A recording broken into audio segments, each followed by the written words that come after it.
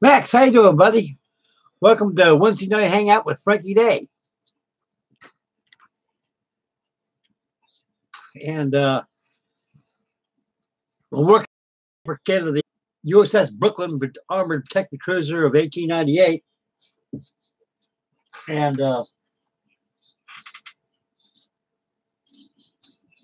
it's going together quite well. Supposed to have a hangout with everybody by this New Year's Eve, but we're short-handed at work. And they called me in and they wanted me to work. So what the hell, I can make a few bucks here and there. So I went ahead and I went to work, until I got off work. It's about 11 o'clock at night. Until I got home about 11:45. I'm pretty damn tired to have a hangout now. So I'll have a hangout earlier next week, which is today. And so everything's going well. Francisco, hola. How you doing, buddy?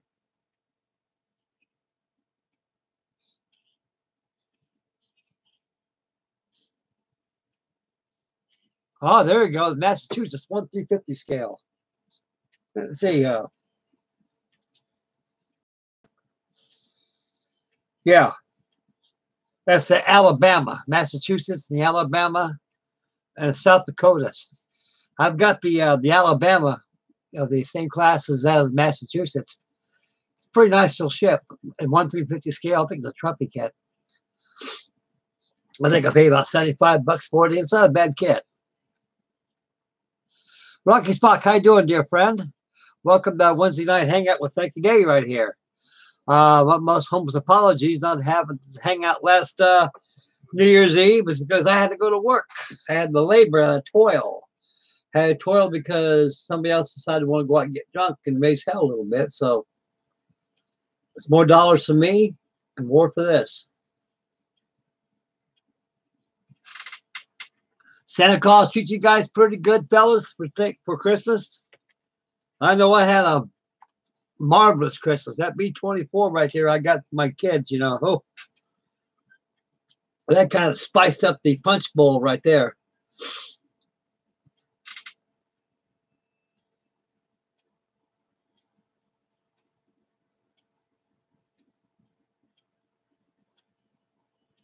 Wow.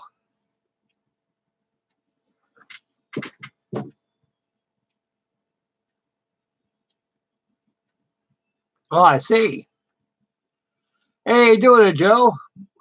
How you doing, buddy? Yep, right around, you're about a couple years younger than me. Us old school dudes, we got to hang in there, We got to teach the young kids how to do things.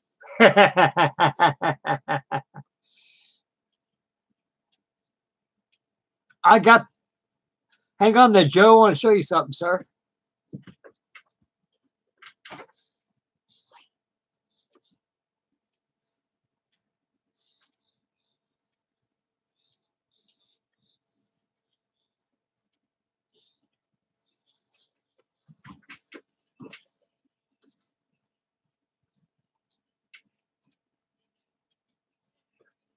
I think the same kit.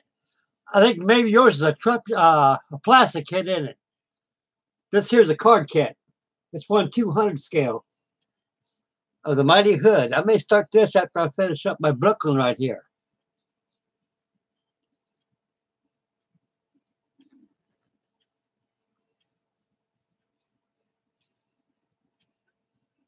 Yeah, I'll tell you, those 1/200 scale Trumpy kits are getting expensive. And I can't afford stuff like that. I just build them out of here. This is a pretty good kit right here.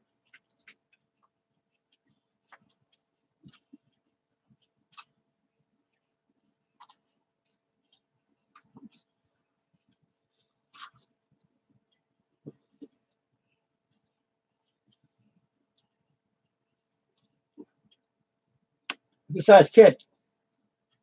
Look at that. Here's my hand right there. Big. Yep. One of these days I'm gonna get me a Trumpy kit of the USS of the HMS Hood.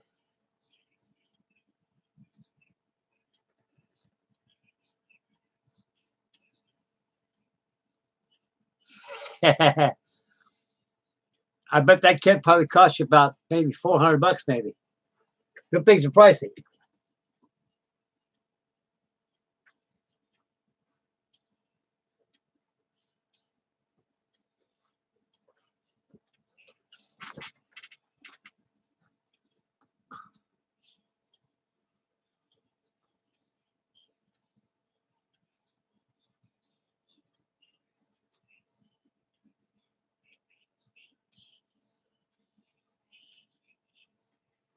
Yeah, Joe, those free flight jobs are pretty good airplanes. I fly them all the time. And I fly mine about once a year out there when it gets nice and warm out here. I've always liked free flight. It's amazing how those things fly. Just all you got to do is make sure they're well in trend.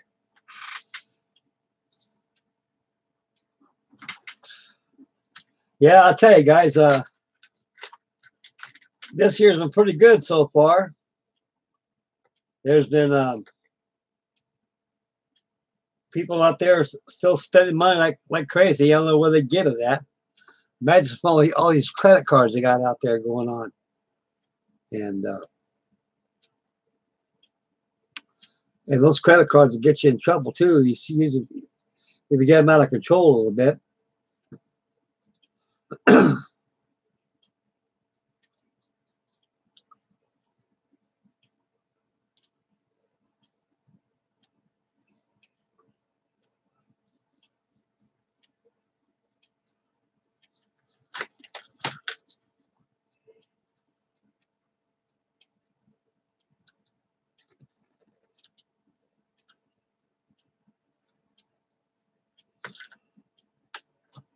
Yeah, they can, guys. Yeah, I'll say New Year's Eve. I got off work. I was so darn tired, fellas. I was supposed to have a hangout going on, and it never arrived because I was so tired. I got off work and about 11:30 at night, and I got off until I got home and everything. I was pretty well bushed. I was so tired. I didn't feel like working on this thing.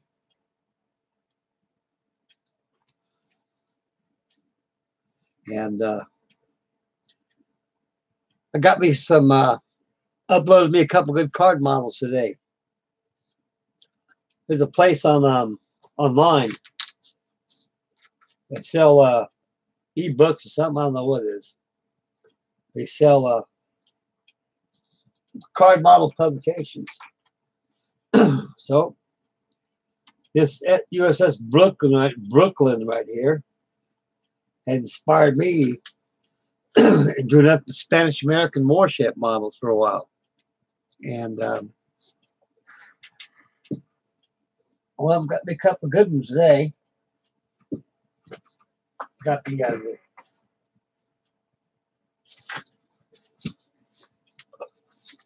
uploaded this.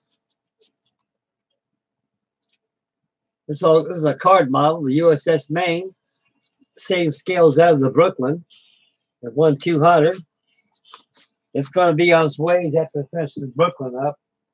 I should have the Brooklyn done probably by I don't know, about 2 or 3 more weeks from now. She should be all wrapped up. I'd say probably about the end of this month. And I got this too, fellas. This is a very interesting build too. 1/200 scale. It's an early transatlantic steamer, 1870s. And that's why these things came into view. They got away with that stuff like that and start making a whole different ship. Get rid of all the spars and everything else. Yeah, Joe. Oh, yeah. I want to tell you something. I don't care what anybody says. I think the best Cutty Sark model ever built has ever been produced, regardless plastic, wood, or card, is the one that you're building right now. That Naval 196 scale Cutty Sark. That thing is a beautiful kit. It came out in 1959. And what they did on mine, It was a 1959 kit. It came with a pre-painted water line. And it had portholes all alongside the ship. Now, the Kite Shark didn't have portholes. The reason why that kit had portholes on it, because this kit came out in 1959. That's when the kit was produced. So you can imagine going back in time in 1959. The Kite Shark back then certainly isn't like it is today, regardless did catch fire or not, and burnt down to the keel and they rebuilt it up. But that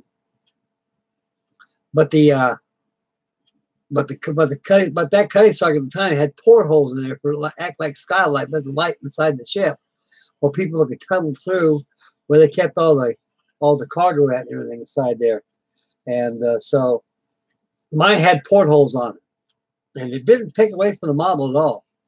You know, so at the time when I built that thing, I was probably about 18, 17 years old back then, and that back in 1959. And I just got the service and everything, and got that kit. I think I paid $9 for it. And it came out, and I had no idea about putting lights in it. I did, but what kind of power can I use? I can't put a 110 light bulb in it. Back in those days, there wasn't no such thing as little bulbs like that, little wheat bulbs and stuff like that. I went to the HO radio, HO train sets. A lot of those days, those hobby shops, they carry those little small wheat bulbs that go inside these trains. And so they run on very low voltage. And they don't last very long. They burn out too quickly. So that's why they never put one side of the Cutting Shark. But you got a good kit there, Joe. Just take your time on it. It comes out nice. Now, that Constitution is very, very beautiful. There's another one. They made quite certain no stones left uncovered. That's next. I got about 1, 2, 3. I got 3 of those in my stash pile, and one almost built down below in my my warehouse, my bosun locker, my man cave.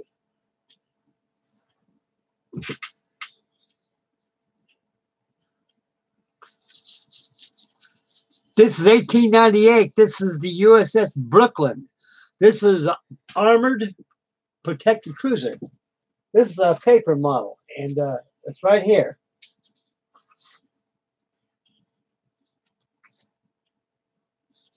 This is the old Steel Navy. This is the old Steel Navy. This is when we started getting away from steel hulls with mizzen, main, foremast, square rig sails, and steam mixed together. They got away from that stuff. They modernized a whole new hybrid and naval ships. So worldwide, a lot of other nations are doing the same thing as we did. This vessel here her keel was laid in 1895, and she participated. She was a butcher at the Santiago, and she participated in the Spanish-American War as well. She never made it in Manila Bay with Commodore Dewey. She did a different arena that she participated in. The ship was scrapped in 1920 during the Washington Treaty Program. They got rid of things like this and started bringing in newer battleships into view, like the California class and the Colorado class, the New Mexico class. Then the Washington class, then the India, and then the South Dakota class and the Iowa's class came in. All these battleships came in. They all started up in these things. This is all paper right here. Right here, Joe. This is all paper here, Max. And I think I made a big couple videos. I'm ready to post a video tomorrow on it. And right now I'm starting to fit it out. I got the boiler, all the boiler cases in there. All the boiler cases have been done, and right now I'm kind of dry brushing a little bit of filler, a little bit of this. I made some special buff that'll fit. It's the same color as this on here, and I rarely ever use paint in card models, but it's dip permissible, so don't use full strength paint. Use a rag or something like right here. Dry brush it. Dry brush will bring it just perfect.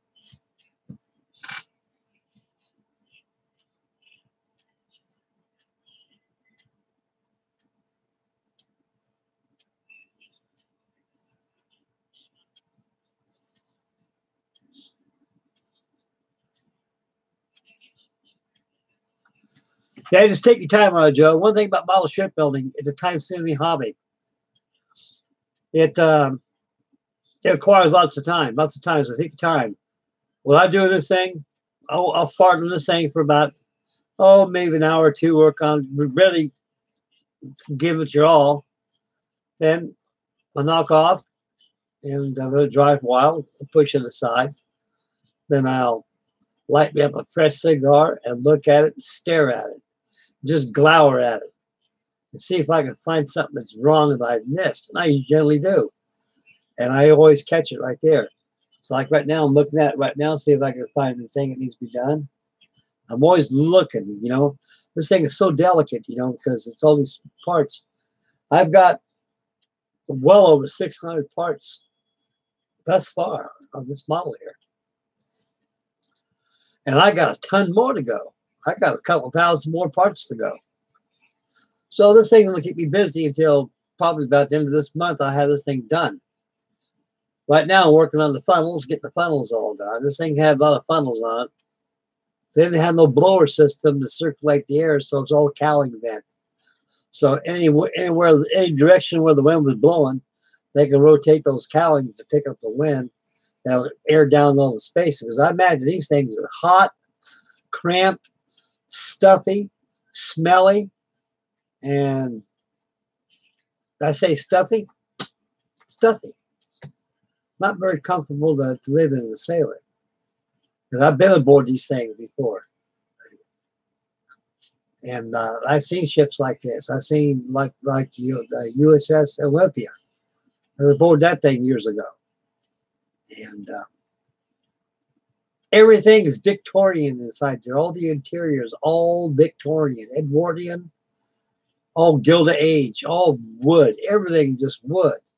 It's like walking inside an ocean liner from the past. Everything is wood. Everything is so primitive. But it was the Navy at the time.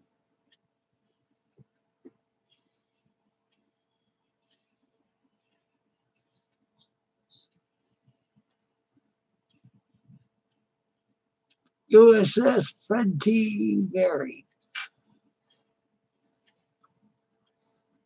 Try to remember what ship that is.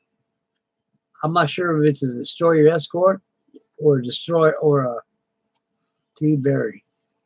No. That's a merchant ship.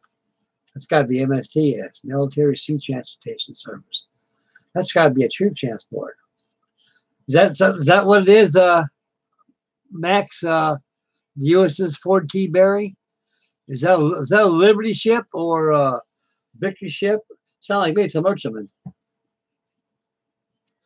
Gearing class, 10 can. Same thing as the gearing and the Edward C. Law. I was on a gearing class, USS Edward C. Law. That was a gearing class.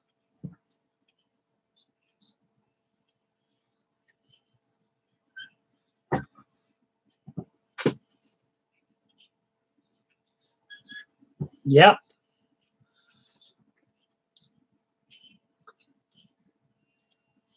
Those gearing class destroyers, they came out in the war too late. They came out around late 1944, about the time of VHB Day.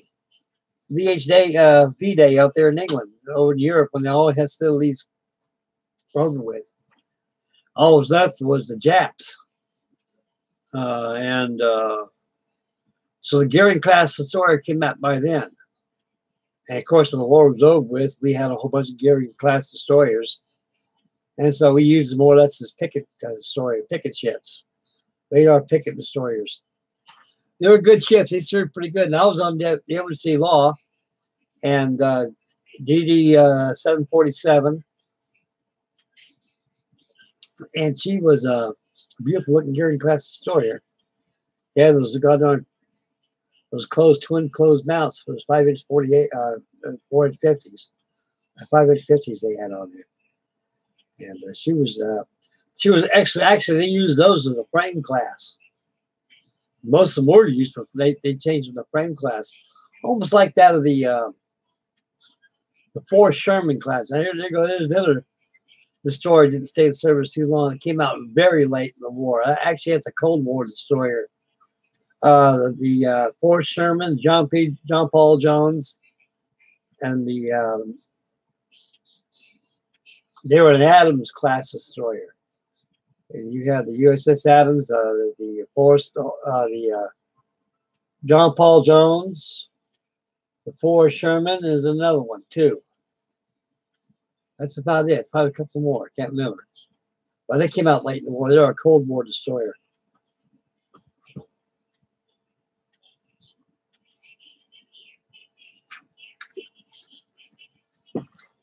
What did you guys get any plastic for Christmas this year? And I know I got that big B-24 Liberator. I got to start popping that pretty soon. I've been too busy working on this. This thing's got me interested no end. And it's coming a lot more. It's coming out very, very well. And one of the kind model, guys. I'll tell you one thing. These the Spanish-American War jobs, these things were one kind of model. And I got that USS Maine right there I blew up. I'll be working on that next.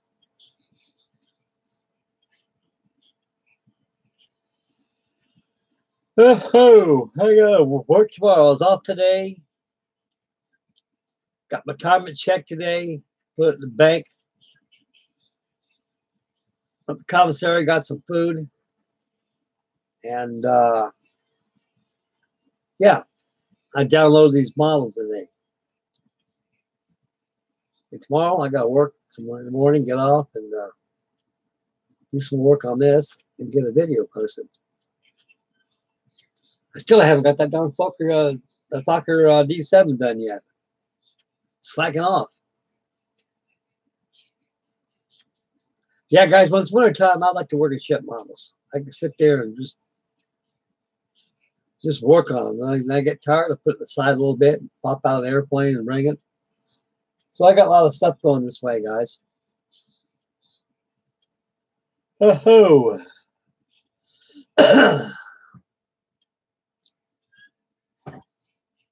I got 11 watching. That's great. Those of you all tuned in, I'd like to thank you very much for for showing up on my Wednesday night unprecedented hangout.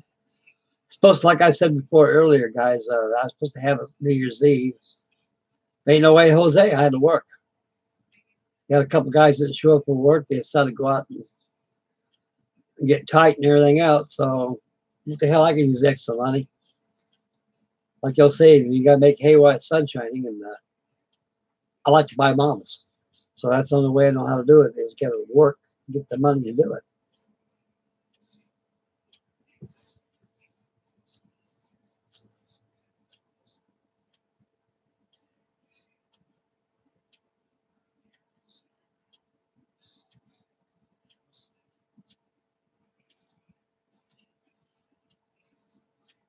Yeah.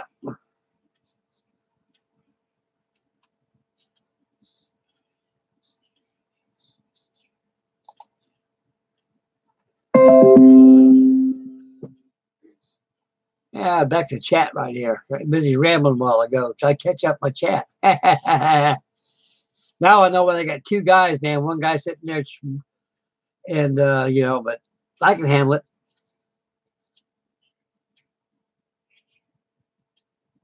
Yeah, that rigging, Joe's lots of fun. It does.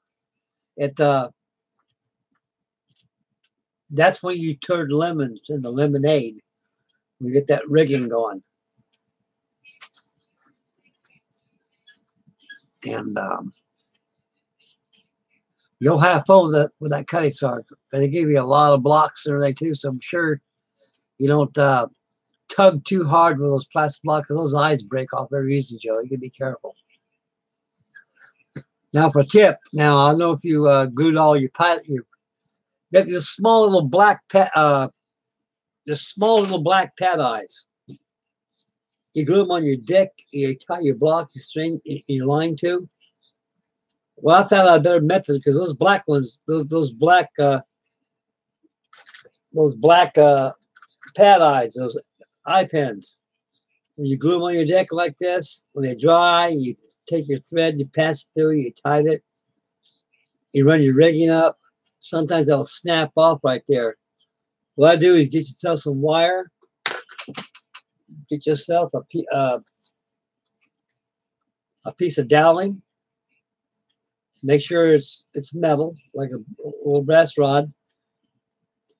Wrap your copper wire around your doweling and twist it. Use fair pliers the way you do that, like this. And get so tight, snip off the bottom of it, it'll come off, and glue it on there and glue your blocks on there. It won't never break. Never break. Be there for life.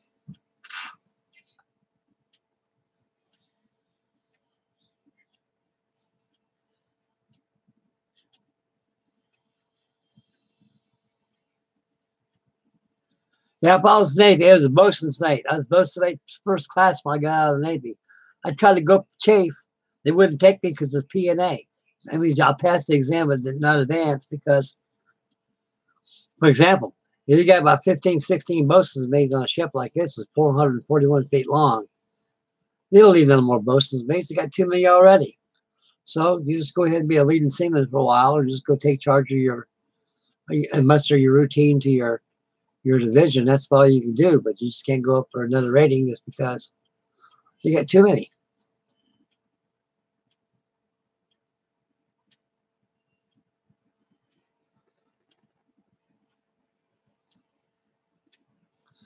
Joe, I never used that before. On my plastic canopy, sometimes I use this. This dries clear too. This is what I use on my paper card models. Is this tacky glue right here. This stuff is good stuff. This stuff here is the same thing as crystal clear that you buy as a little micro scale, itty bitty bottle. It's got like a little small bottle. I have one over here somewhere. Again, I tell you, I was never a Boy Scout. Yeah, here we go. Stuff like this, crystal clear. I use this. Add just a little water or denatured alcohol to it because it's awful thick when it comes out. And you want to just thin, just a tad. You want it to almost like a thick cream. Then dab it on your portholes, and they'll come crystal clear. Now for canopies, use full strength on this. What I do, my method is I get 5 minutes epoxy. I mix for one part and the harder, another part. Mix it so it's nice and mixed real well. Dab it on. And dab it on where your canopy goes on. Very delicately. Don't overdo it because it'll ride over. Just enough so you'll see it on there as you go on there. It's glossy. I mean, you got enough on there. Then take your canopy and put it on there and let it go. And about 5 minutes, hard as a rock. And that's how I do it. But it's all good, guys. It's all good. Everything out there is good. It's just like the old saying. It's just a matter of preference. I just got around stuff like that because I never had it before when I was young and my bottle building experiences. So I had substitutes that served me very well and still do now. So I guess I'm stuck in my own ways.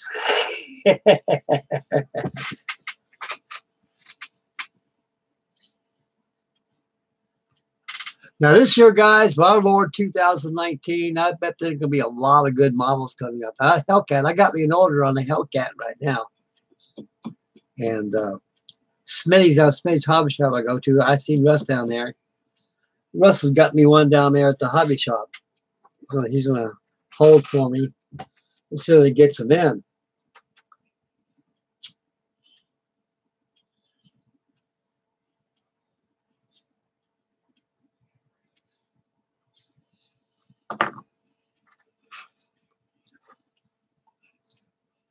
That B-24 I got, for example, my daughters told me they kind of leaked out where they got it from. I said, Dad, you ever heard of Sprue Brothers before?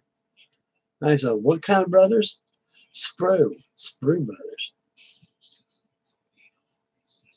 don't think so. I never, not to my knowledge. And they said, okay. They came back and told me that's where you got it from, Dad. I said, well, you didn't have to tell me that. What you guys did for me, that was the greatest thing you ever did. And I'm going to tell you guys, I saw a big B-24 come up, pop up, and wow. I was stifled. I was overcome. And I don't know what to say. I was speechless. I started crying a little bit. I just couldn't believe it. And another thing, too, I can't believe how fast they hit the mark just like that. I mean, they're at hobby shops now. Everywhere you go, I see, even on YouTube, they're popped up right and left. Everybody's got one. So I guess they really got them out really quick. You probably get them cheaper, guys. Just let them stew for a while, Let them stew and cook down a little bit, for a couple of months. April, March, May, whatever it is. You'll be seeing on eBay for about $185. Buy now, $150, $30 postage. They're out there, boys. They're out there.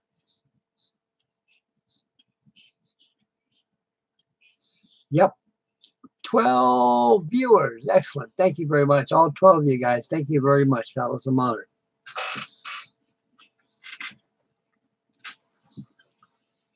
So far in Ohio land, it hasn't gotten really cold lately. It's been kind of a little cold at nighttime, not really that bad.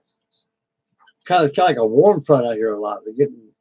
Feels more or less like an autumn more than winter.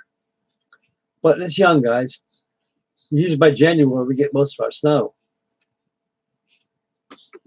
It was still starting to get really bad out here. I told my boss, at work, I said, hey, if that junk keeps coming down like it does, I ain't no way I'm going to go to work. I'll just take off a while until the stuff blows over. I got a head-on collision, man, last year at this time. That's one thing I've never forgotten. Came that close. I came that close to getting killed. I hit that guy just right. And I saved his life and saved mine. It was known as a pit stop.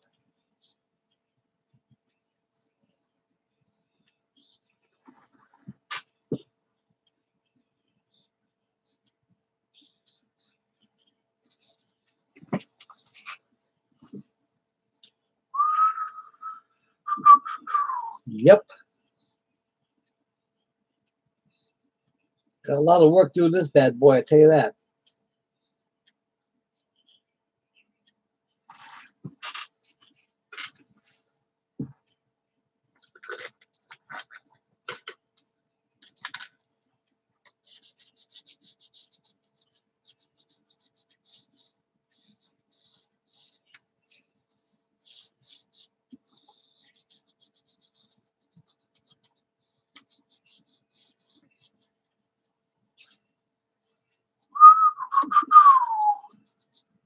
Commodore Dewey, where are you? I think he's dead.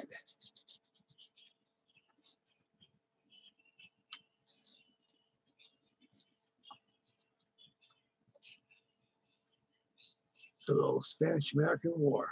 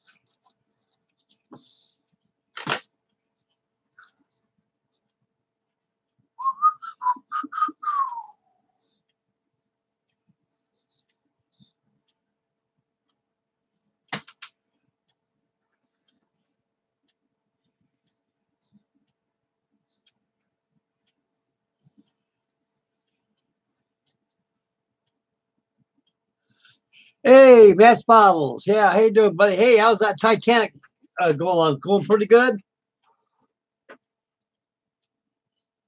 Yeah, I saw some of your videos out there. Look like you're doing a good job on it. Like I said, kit goes together very, very well. You just got to take your time on it. Time to get done, I think it'll be really nice when you get done with it.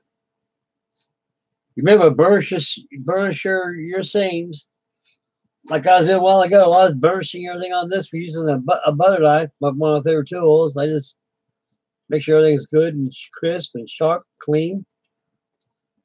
Go over your work and recheck your work when you get done. After you get the stuff glued down, just kind of put it aside, let it rest for a while, and look at it. And don't forget to burnish everything up with a butter knife and teaspoon.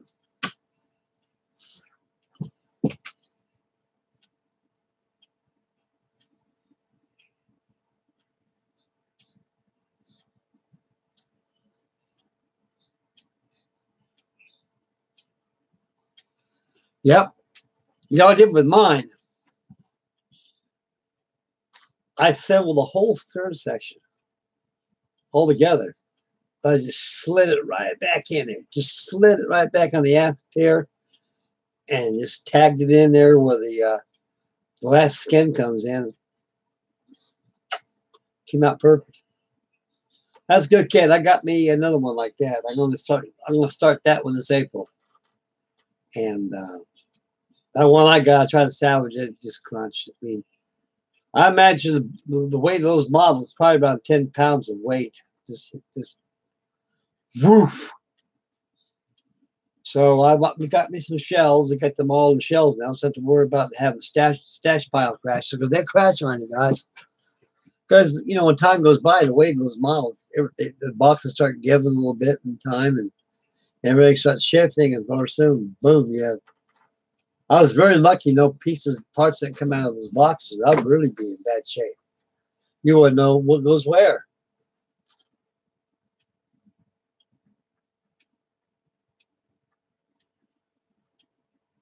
Oh yeah, we get that whole completely done. That thing will probably weigh maybe a pound, almost a pound.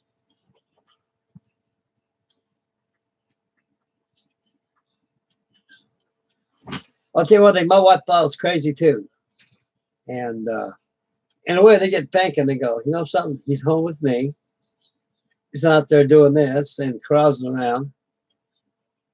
I know where he's at. He's home building these. And oh, what the hell?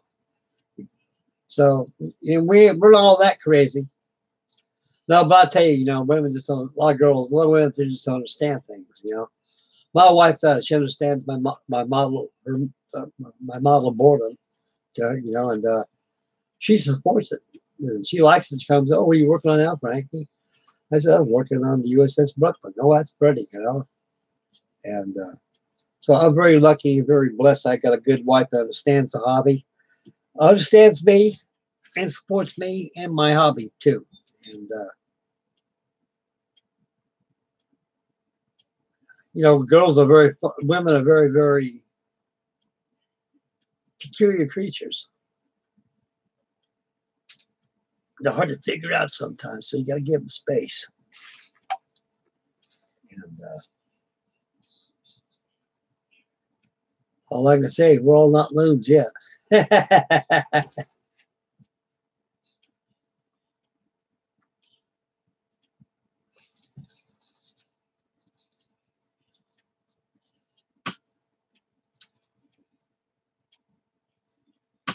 Yeah, yeah, Matt. If you ever decide to get another one of those Titanics again, get on your internet, get your search engine, and type in arrowpapermodeler.com, and they got a lot of those Titanics there. It costs you about $70, and shipping.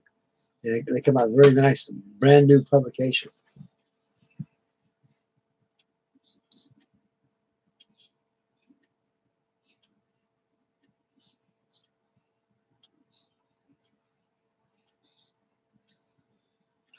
Yep, that's what they do sometimes, there, Matt.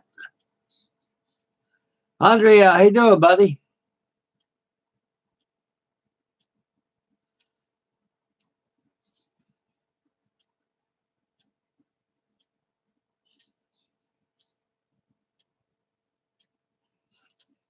That's how it goes.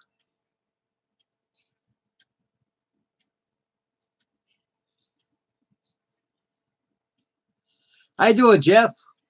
Welcome to the Wednesday night Frankie Days Hangout.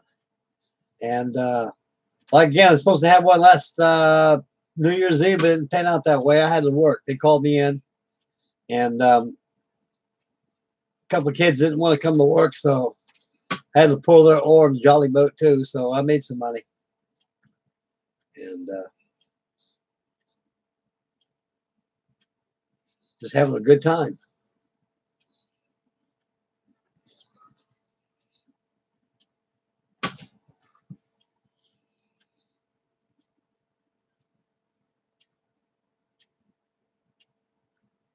New Year's really good. It's really good.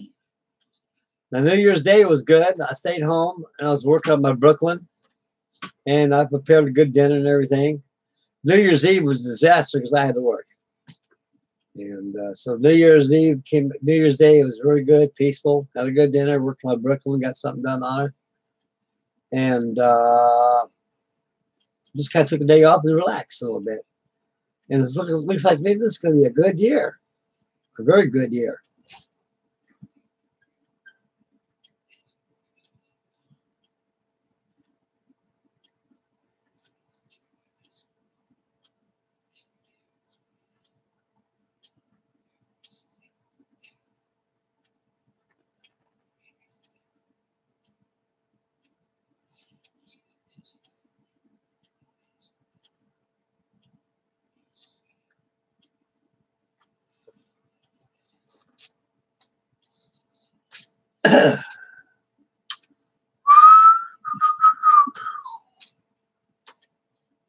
Remember the Maine.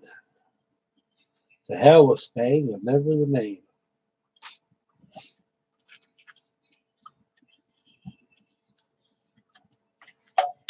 That's going to be my next build when I finish this up.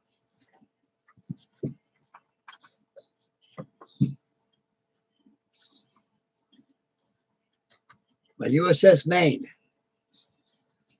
This will be a paper card kit too. I'm going to be building. And this is a good kit. And I'm going to have fun with this one.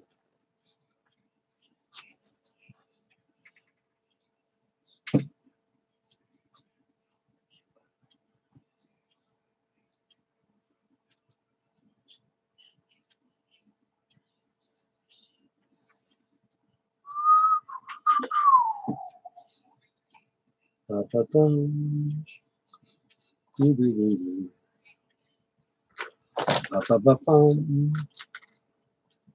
do that pattern on there.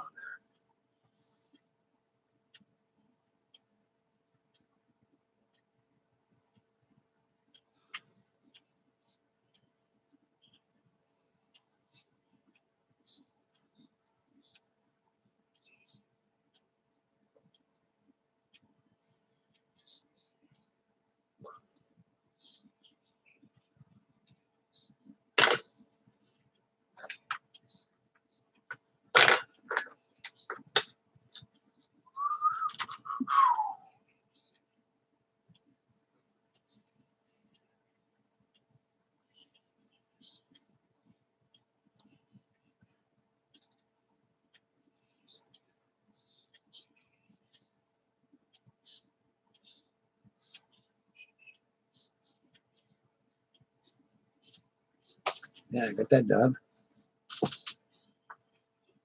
Costs you work on this thing, fellas. You know, this a lot of work these things do give you.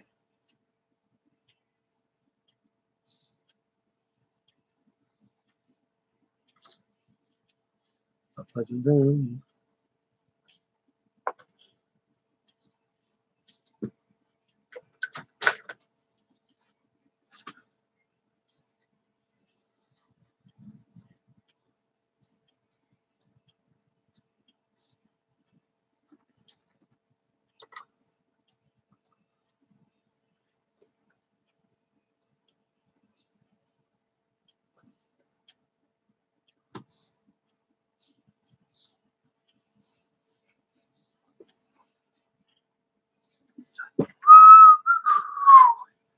Yep. I'm glad he's on holidays over with. Tell you one thing.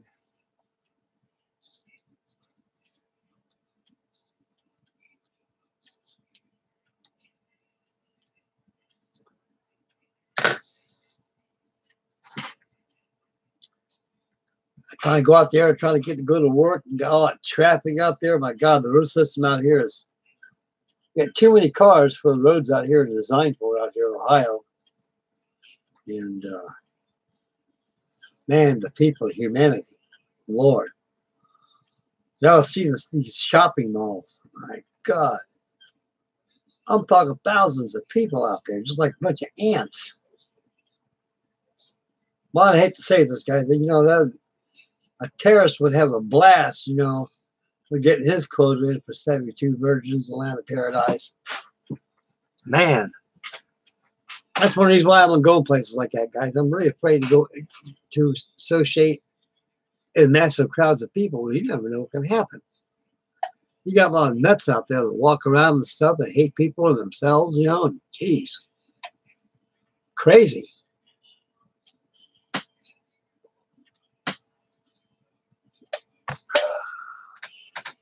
Student models. Hey, Freddie, how you doing, buddy? Good to see you, bud. Are you working on anything, Freddie?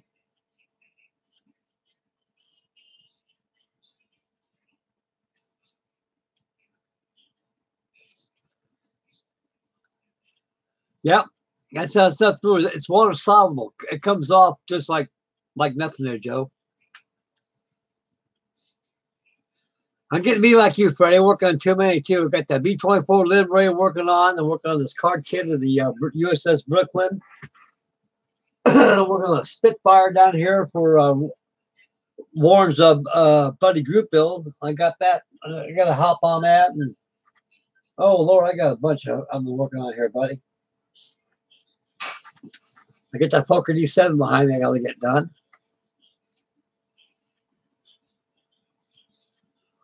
This thing's got white plastic. This is white paper, and because this thing white is very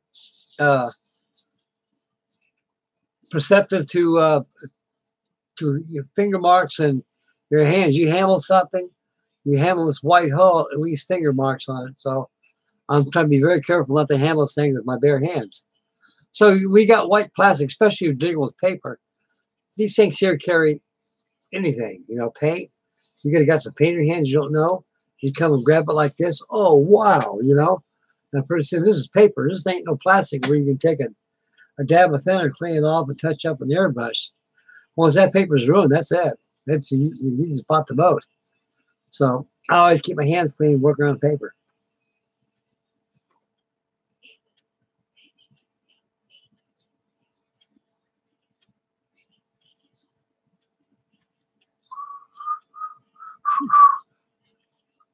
Are you still working on your Titanic, Matt, or you letting it dry right now?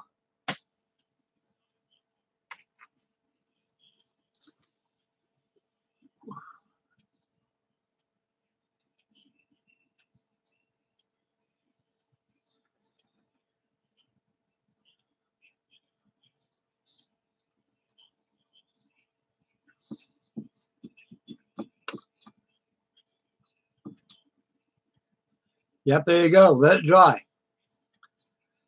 And when it dries, go back and take your burnisting tool and burnish it out, smooth it out, be nice and smooth. Don't forget to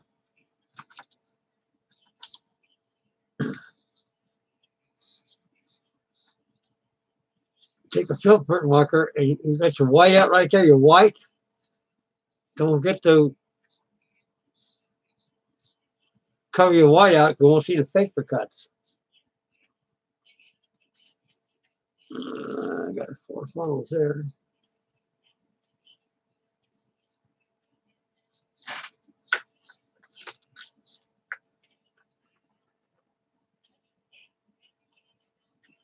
Just not too smooth. Your hands are better than your eyeballs are. People don't understand your hands could see a lot more better than your eyeballs can. because you feel something right away. What's that? What's that? They don't look. You look at it very closely. You say, "Oh wow, I've got to burnish that out." So you take the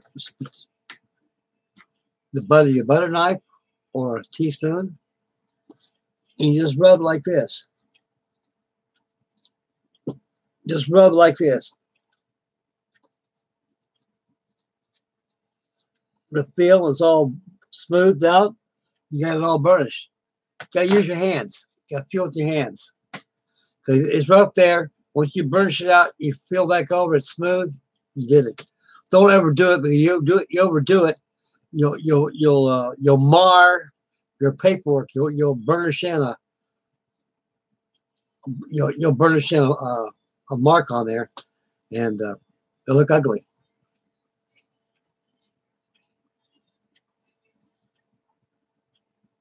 No, don't burnish it when it's wet. You do that, you separate the printing from the paper. So that paper is built in layers. It's all layers. If that paper is wet, you burnish it with what's wet. You pull up the printing off the paper. You ruin. Then you gotta let it dry and go back and kind of use a felt tip marker or go ahead and mix some kind of paint close up to the printing and kind of dabble in a little bit to fill in. So one thing about paper, guys, paper is not as forgiving as like balsa wood, like wood in general, and plastic. With plastic, wood, you make a flub up. Wow, what the hell? Bring out your thinner, bring out your filler, put your filler, let it dry, sand, prime, and touch up with the paint. These things, one slip of leather blade. You go, what am I going to do now? Then you got to think. I got to patch that with somehow. And that's one thing about paper. It's not as forgiving as that like wood and plastic.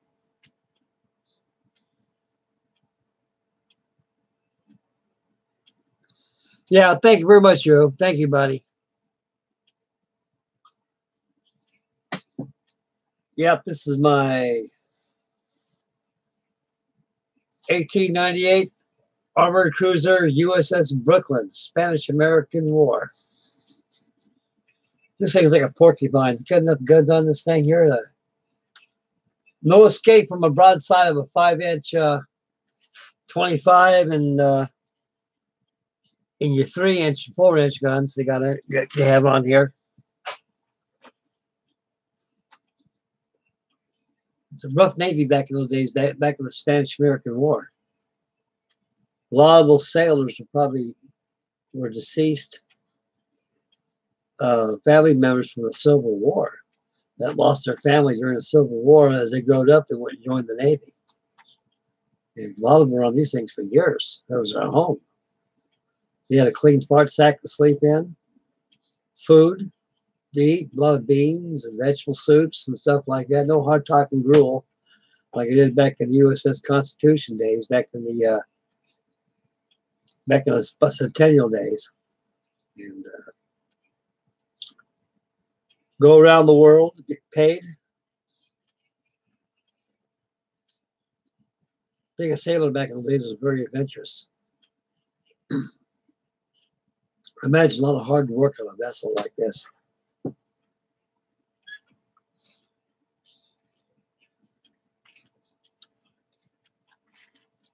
Way before computers were done.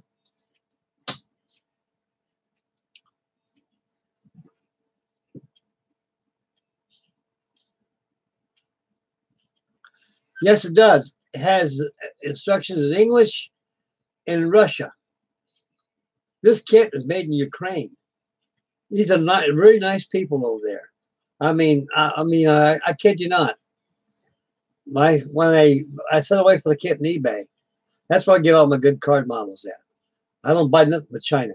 A lot of those things are photocopied and they're known as pirate kits. The pirate kits are not acceptable, because they lose the printing, lose everything, because they take a publication and they print it out, eBay, buy this and buy that, and you guys like a fish like us would take the hook. And so stay away from that China jazz. So anyway, this kit comes from Russia or Ukraine, I guess. They're pretty close together. And when I got the kit, when it came in the mail, it came in a jacket, almost like order jacket I get in the Navy. Man, I tell you, it took a long time just to get that thing out of there. So my God, this thing, you make sure this thing going nowhere. Wanted to open up there. They said, thank you in English very much. You know, we're looking for more business. I ordered 4 more of these kits through eBay or rail kits. I should be getting in by the end of this month. And the best thing about the kicker is what the hell's in the bottom of this jacket? So I stuck my hand down there and fished around, and I pulled out the 5 pieces of hardtack candy they had. Man, that stuff was good. I've never tasted the Soviet candy before. You know, I said, man, this stuff is good. So you get your rail kits like that, guys. They'll treat you nice. They're good people.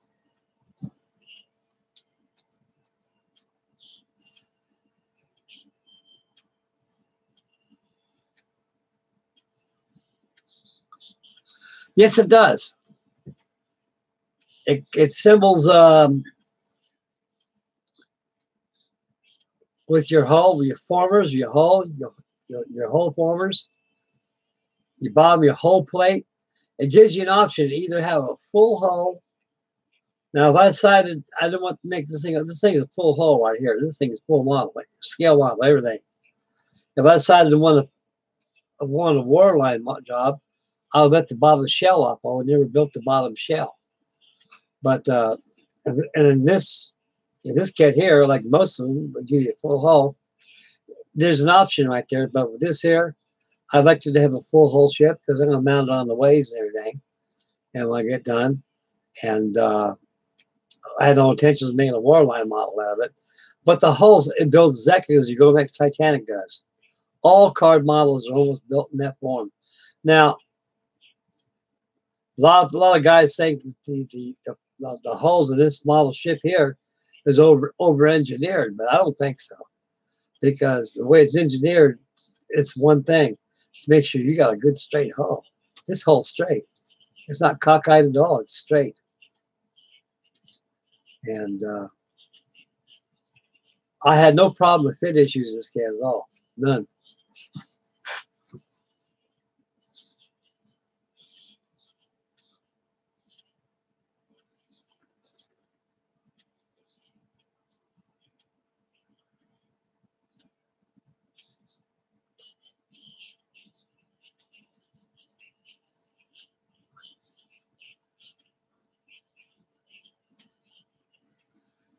Yeah, car kits have their own method of construction. There's a lot of secrets in building these things. And like I say, we get done with these things, you can fool anybody. A lot of people say, was that a Trumper kit? No. Is that a Hobby Boss kit? No. That thing's beautiful. What company makes that? They tell me it's a paper model. They go, oh, you kidding me? No, it's paper. And like I say, guys, there's paper models. I started out building paper models when I was a kid. There was no plastic model. When I first back in the 1940s, there was no plastic models back in those days. All it was is balsa wood kits and paper models. That's all there was. By 1950, ITC came in. They were building the plastic kits. They came out with the first injection of molded kits, and they were pretty good kits back in those days. But I started building card models, you know, and then I got so good at it, I started making my own card models. I got a ship, like I take a ship. There were no copy machines back in those days, so I used a pair of dividers, calipers. I took it, measured off the ship, and I drew my own plans. I made my ship from there. I made a card model out of that. Ah, you're welcome, man. You get stuff that Titanic, I'll help you out, buddy.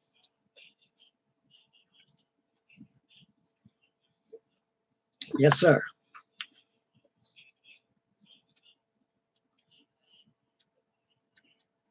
Now, like I said a while ago, I was fiddling with this. I'm glad that Christmas is over with right now, and we can be able to get things back to normal. Somehow, guys, I don't know if it's me. I don't know what's going on, but it didn't seem like it was Christmas at all this year. It didn't like, my wife says, Frank, it don't seem like Christmas at all. Man. It's like, bleh. I go, well, Ruth, tell you what it is. It's just, I don't know. What only thing I can think of is just that it's the expense of everything nowadays. People don't have the money. People don't have the money to go out and get Christmas lights up and light their whole house up. Years ago, back in my days, I was a young kid growing up. We had Christmas, man. Everybody competed in each other's house. We had the most Christmas lights and stuff. And but nowadays, man, you do stuff like that, you run your electric bill up pretty high. They're pretty greedy anyway, the way I look at it. But it's a shame that Christmas ain't like it used to be. And my case is I got my kids and my wife and her kids. And so I got family. And I do miss my mother and father and my brothers and sisters. They all passed. Their dad, you know. I'm all left. And I think of them every Christmas. That's probably one reason why Christmas don't appeal to me as much as it used to. And I lost my little dog this last year. And little Raleigh, he was 20 years old.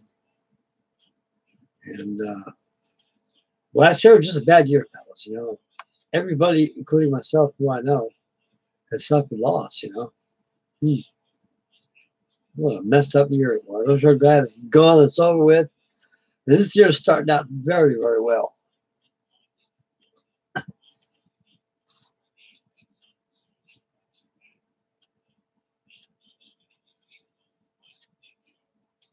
Hey, Roland, how you doing, buddy?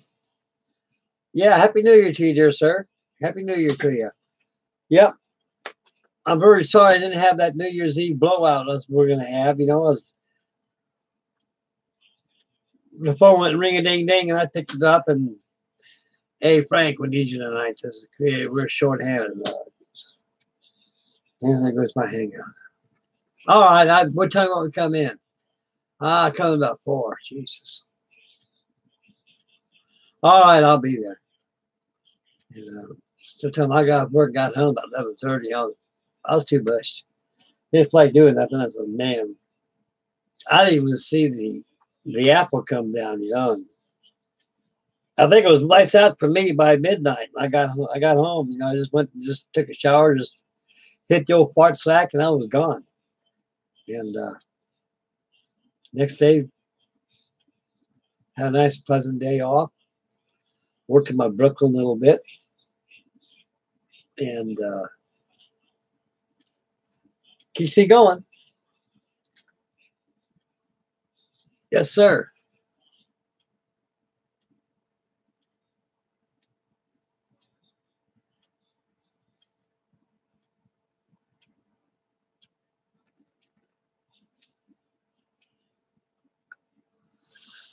Christmas traditions. Gosh, I really don't know. I had a bunch when I was younger. When I had all my kids there, was so tall. We used to go out there and build snowmans all the time. And I got a 1954 Lionel American Flyer train set that my dad got for me for Christmas. All metal, no plastic. You won't find no plastic in that thing. That's all metal. That transformer, you drop that just so until you'd be screaming and shouting until you blow everyone out in the neighborhood. I think it weighs about 20, 30 pounds. It's heavy. The big windings and things had. Big old transformer this big. And I remember my Megan used to go, Daddy, we put the train around the tree this year? Oh, yeah. Okay. I'll set the train up like that and put the tree right over there. We had a parakeet one time. His name was Pete. He was blue. That little thing, he made a head about the size of my thumb, but that's something smart. And once in a while we let them free. You just fly around the house like land on your shoulder. And you pedal like that. You fly off. You know. You go back to the cage. Get out. You see that train running one time? It had a gondola on there, and Megan took him off her shoulder and put him on the train. He gave him a ride. That was something else. That was good old days, guys. You know, when we get older like me, you know, just another day for me.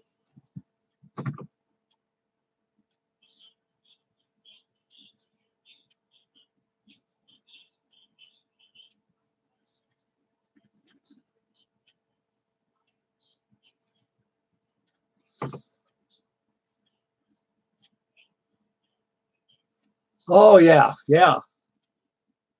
My mom did the same thing, Matt. I mean, back in those days, it didn't cost too much to feed a family. You know, nowadays we live in a credit card economy, and things are so astronomical in cost. And my wife says, Frank, I don't know why it's so expensive. Every time you go to the stores and Ruth, because we live in a credit card economy. When you open up your wallet, that's all you got till you get paid. But if you got a credit card, that's endless money. You just keep swiping, swiping. You don't pay attention to what you buy and what you get. Before you know, you get that bill, and then that's when it gets you.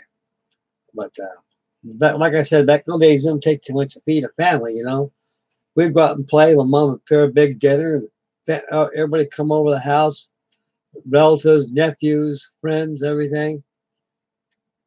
Old-fashioned Americana, man. Nowadays, ain't like that no more. So it's truly sad. Truly sad.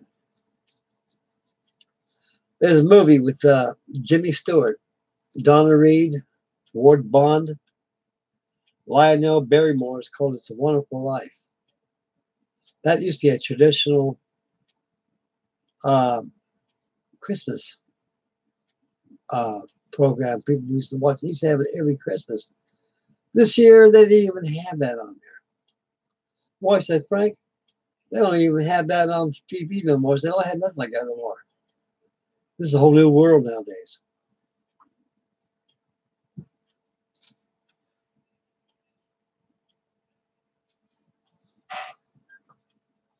And all those kids sit down there, Indian style, before and watch television, watch that program, you know, watch that Clarence the Angel and Ward Bond and George Bailey and all. That's how America used to be like that, guys. That wasn't the only thing that was fictitious in that movie was the cast of characters that played those guys. But the Americana, the spirit back in the days was like that. I remember America used to be like that. Even England used to be like that. All countries used to be like that. Nowadays, it's just nothing. Sad. It's really sad. And yep, I know back in my days, I lived very good days back in those days, good years. I lived 4 or 5 lifetimes already.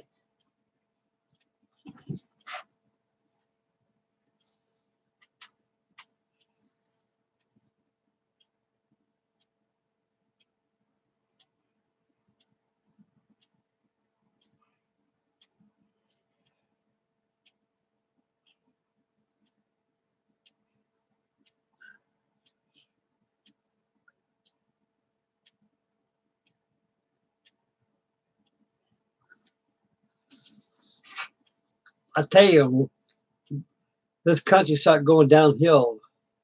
It was back in the 1950s. And by the 1960s got in, it really went downhill. And we got involved in Vietnam. Guys like me got out, couldn't find no jobs. We pulled out of Nam. We didn't win. Just same thing in Korea. And that's how things got bad in the 1950s.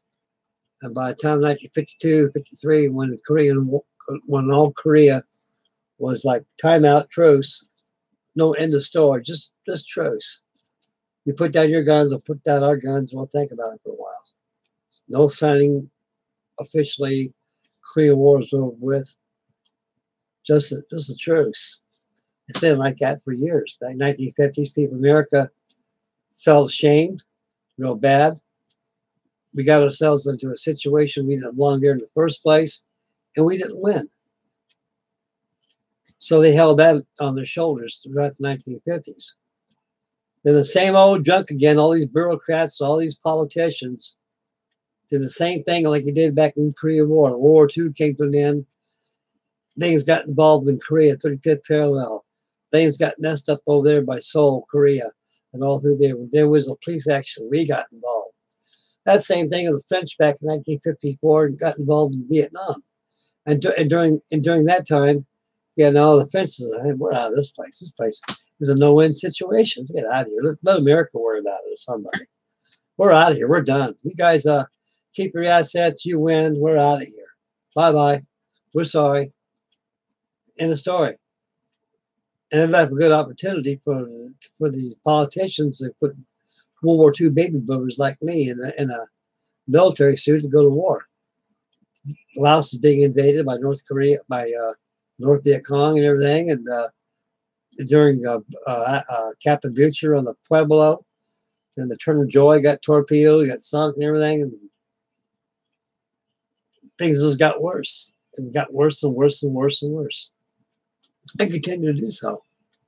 But you always pray things get better. Things can.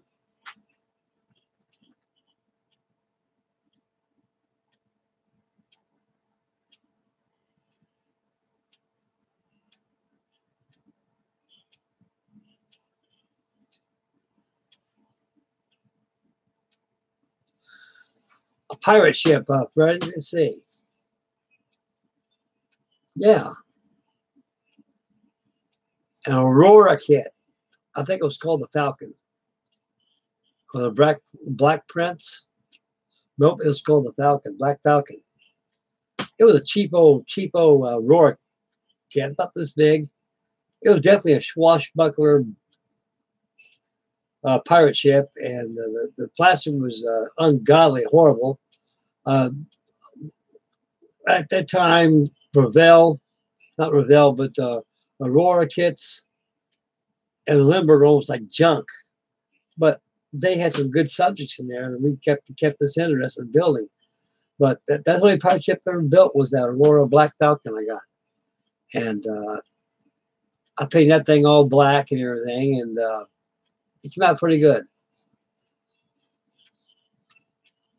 It's such a small model, but it was definitely a pirate ship.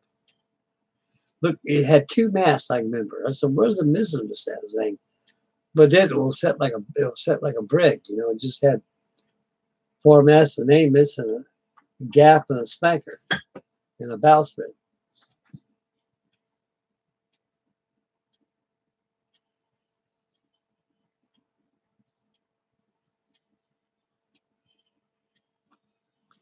In World War I, that's a long time ago. There's another thing that got blossomed out of control and turned into a world war. War is nasty business, fellas, you know?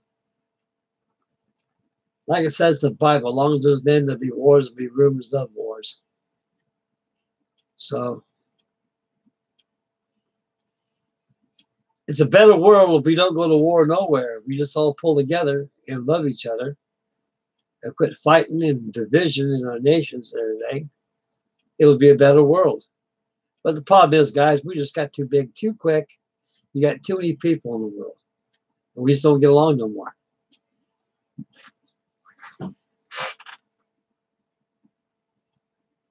Nope. No money on that. It's called thinning of the economy. That's what it's designed for. Wars were designed for thinning of the economy. And like World War II, for example, when it got started, you had over 30 years of population since World War I. And you got a lot of people. You'd be surprised how many people would come in the world within 30 years. A lot. I mean, a lot. And at that time, you know, Japanese were Rape of Nanking back in 1937. They were slaughtering Japanese, were coming over and slaughtering women and children and men just to gather up their resources to build their economy. And the way they did it was wrong. You know, like Roosevelt warned them, told them, well, you guys can't go and do stuff like that. But there's nothing wrong taking care of your country, getting the economy going, man. But you start going to somebody's country and start raping and pillaging and murdering and slaughtering people just to get your goal alive. Now that's going beyond the tail and then some. And so Roosevelt told them, knock it off. They didn't listen to Mr. Roosevelt, so he put an embargo against them. That really peed them off. They said, make sure we know what we're talking about. We're going to reinforce this by sending a fleet to Pearl Harbor. Make sure you guys don't dabble with China anymore. And we did exactly that. And that really kind of got things going right there. So the only solution was break up negotiations and prepare for war. So you always got somebody out there starting something for something, and you'll have scapegoats and whipping boys in situations like that. All it comes down to is called thinning of the economy. Nasty business. It's rude, crude, impolite. And it's been like that since man has walked this earth.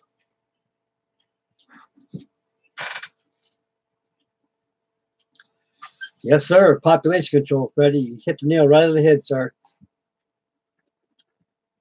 And we haven't had that in this country since the Vietnam War, especially the United States of America. A lot of guys went to these Gulf Wars like that. There's a lot of loss there. Those fellows that went over there and fought their country just like I did, my dad did, and my grandpap did. And there'd be survivors will survive. And I'm 35% that survived Vietnam. And I'm very blessed, knocked on wood, and happy that I came out all right. Anybody goes to battle. Freddie Duarte, he went to battle. And he's seen stuff out there too, like I have, and it's not good. And it makes you grow up pretty fast, fellas, when you go to war. You know, you're 18 years old. Time you're 18, you're a very old man. By the time you're 18 or 19 years old, you go to battle and see your friends really getting mangled up pretty bad. It's not a very pretty picture. And it works on your psychology too, psychologically. There's a lot of things to a mind. It's bad business, guys. It really is.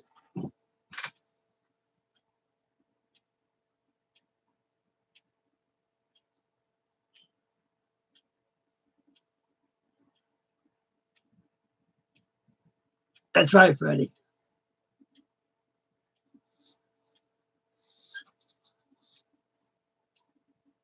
And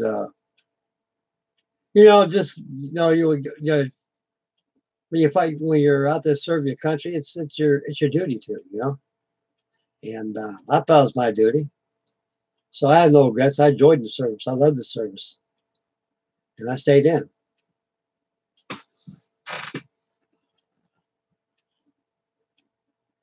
Hello, Justin. How you doing, buddy? Real fine. Had a good New Year. Everything is fine. And we had a blast. And New Year's Eve was kind of a disaster for me because I had to work, but New Year's Day, yeah, pretty good. So I kind of worked on my Brooklyn a little bit and kind of kicked around the house and just kind of enjoyed myself.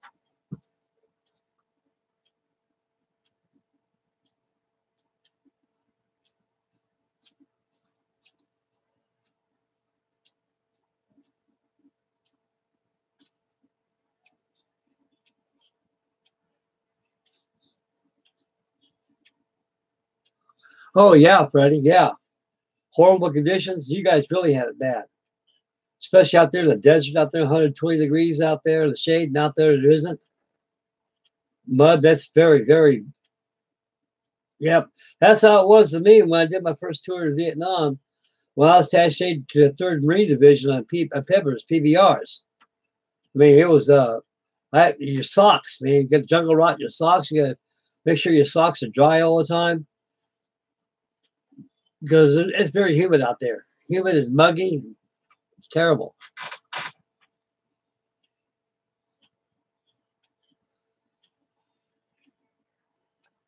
Yes, sir.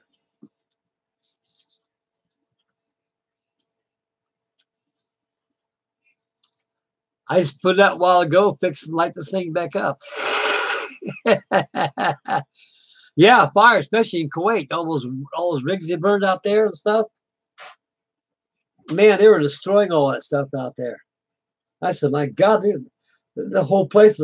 I bet all that black smoke and breathing that stuff. That stuff's not healthy for anybody to breathe.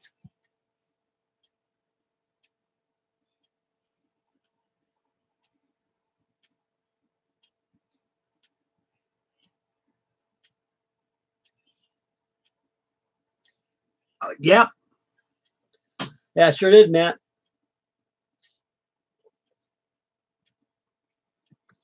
I was out at Pepper. We just had a flak jacket, a stew pot, the ODs, a lot of ammo.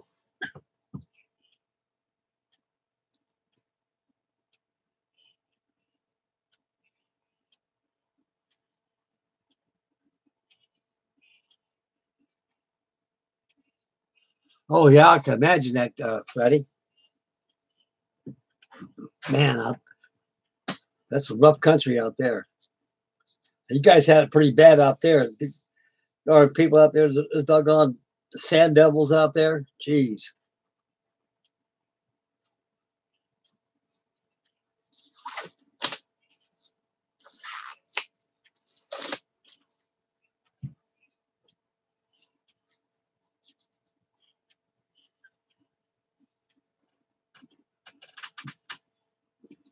Yeah, that's terrible out there. That war is just not worth going to. It's just too much. It's not a good picture, guys. Really isn't. And those that come out, you just not. It took me a long time to adjust to everything when I got out of there. And but I tell you one thing, I still had dreams of me. I'll be in the military a bunch of years ago, and they'll still hunt you once in a while. War is hell. It is. It's very nasty business. It's very nasty business.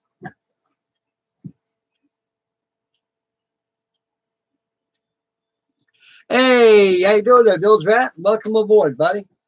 Welcome aboard. I'm working on my Brooklyn right here. I'm getting there going pretty well. I got a lot done on it as you last seen it. And everything else goes on pretty fast. All those fittings I'm making on it.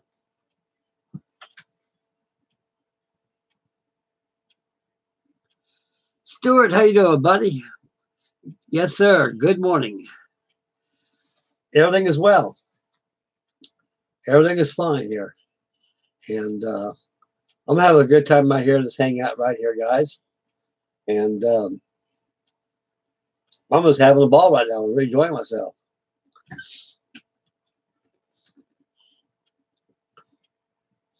Yeah, man, I got me a couple card models I blew up. This is going to be, I'll be working on that Lexington pretty soon. I have this thing done by end of this month. This thing will be finished. Then I'm going to hop on and finish up my Lexington. Then I'm going to build this one here. I showed this to fellas a while ago. This is my USS Maine. So I'm going to be finished working on this one. This is scale 1/200. It's not the same size as this is. Good size ship.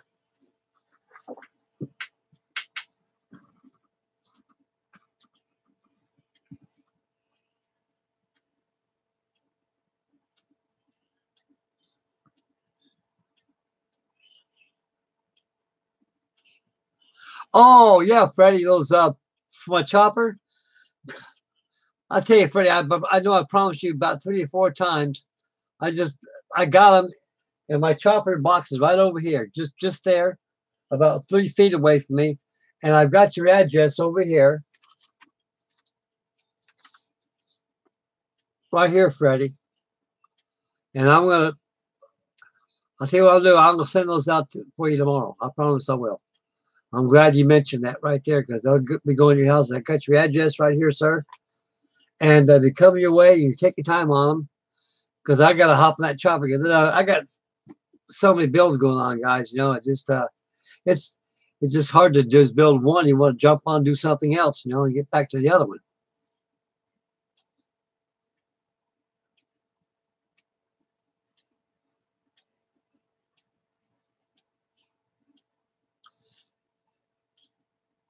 Yeah, thanks, Matt.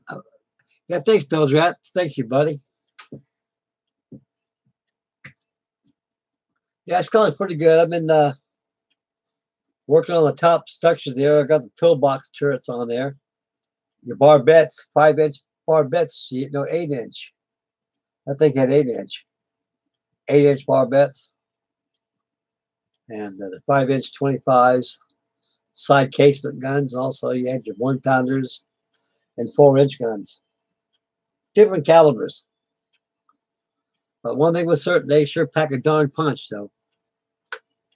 They, for that day, they could sure pummel a ship.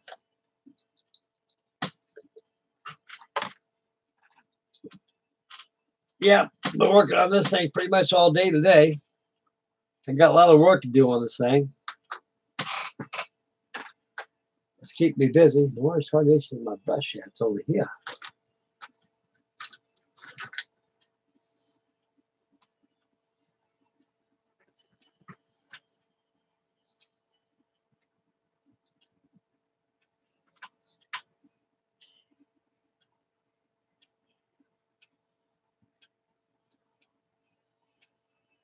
Touch up some of these gun barrels. These things here,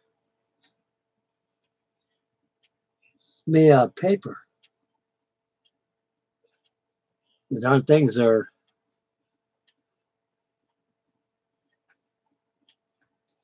sticking out all over the place, and they making them things. They're taper too. You got to roll these papers though, using a wire as a forming tool, forming little tubing that you can make.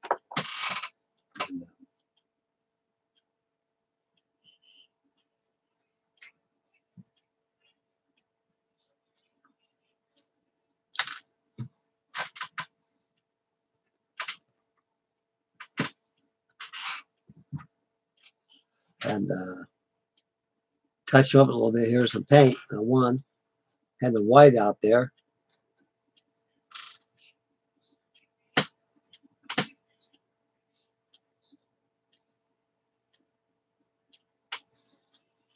I'll tell you one thing, these darn things keep you going, I'll tell you that.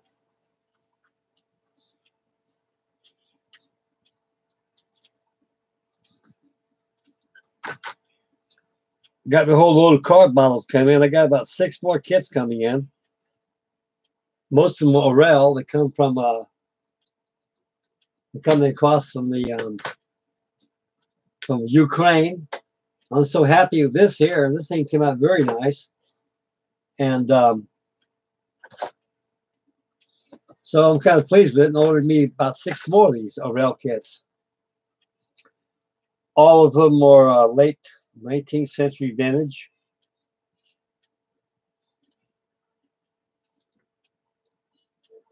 Similar to that of this one, of the Brooklyn.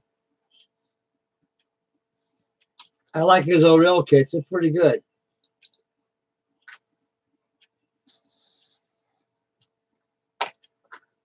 And they keep me going. Keep me going. The casement came out. Doggone it.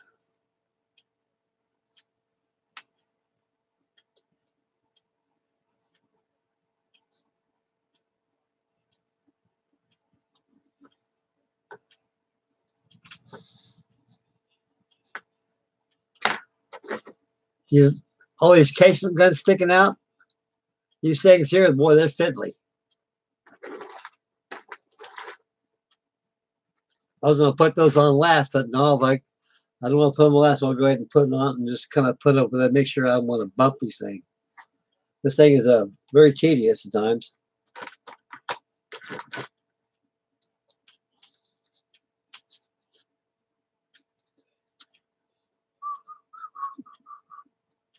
Yeah, I got that. Brush that out good.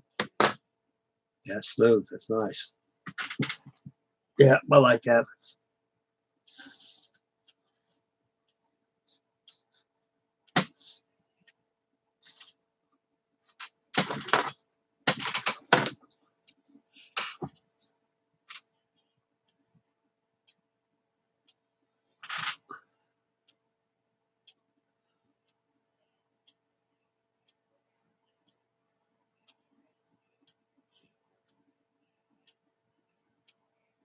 Yeah. Now, Hobby Lobby's got a lot of stuff there. I mean, it's a modeler's delight. You can find, oh Lord, all kind of stuff like this. Little pieces of wood. If you're like to build World War One, World War One aircraft by Naval, 1/72 scale aircraft, and make a good little, make a border across here and put earth, grass on there, display them on there. Even figures too. They have a whole bucket full of these things. I think I got 5 for $1. These things are nice. So I got a bunch of these I can use them for something. Hobby Lobby's got everything. It's nothing that place don't have. Nothing.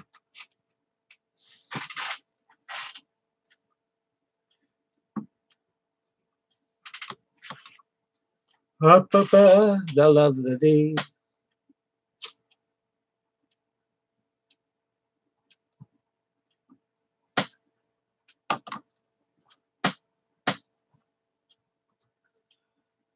Yep. Well, the Santa Claus take care of you guys pretty good this year, fellas. You guys get a lot of plastic and everything, you know. And I got that big old B-24. Oh, that thing is nice. I was very, very surprised that that thing made the market in the United States of America. Usually something like that don't come out to after the first of the year. Hey, that's a good kit, Freddie, that B-24 Liberator. And my daughter says she got it at Spruce Brothers. She asked me, Dad, you ever heard of Spruce Brothers before? I got thinking. I don't know. I don't remember. I said, maybe, I don't know. Not my knowledge, I don't think. And that's where we got it at. So I went online and looked at, oh, these guys got a lot of models and stuff there. I never knew they were there. So that's another good place to go, guys. Another mail order house you can go. Go to Spruce Brothers. That's a good place to go.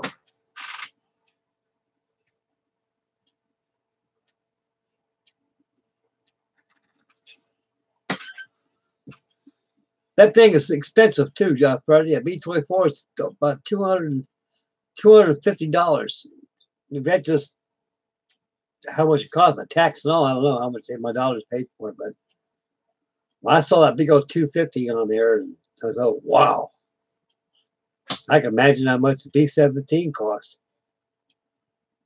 I got a good gut feeling that Hobby Boss is going to make a 1/32 scale Lancaster and release it at the same cost as the Liberator is, around $250. Now, I could pay for that easy. I think we all can. We squeeze that pretty good, you know, but God darn, you get those wing nuts, they got a 1/32 scale that kit. Oh, my God. I hate to see the price tag in that devil.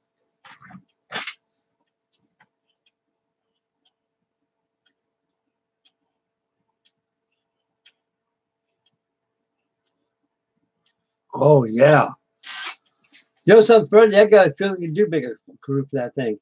I bet it's all aftermarket stuff. It's probably on mine as we speak right now. Man, a 1/32 crew that B-24 Liberator, that'd be something. I imagine those crew figures cost a lot of money. Probably made out of resin. And it's probably got more photo weight stuff for it too. But that Liberator is really loaded. It's got everything. I think that's actually everything with fly, you know, it just it looks real.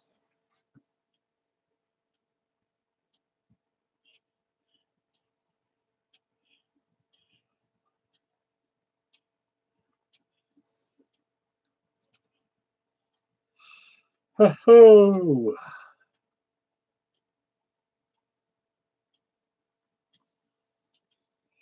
Yep. Christmas time's over with, and it's just time to kick back and watch this year go by.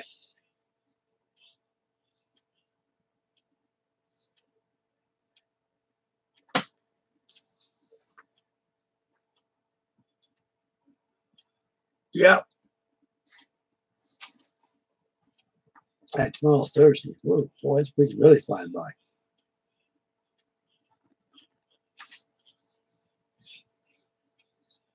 Oh, Lordy.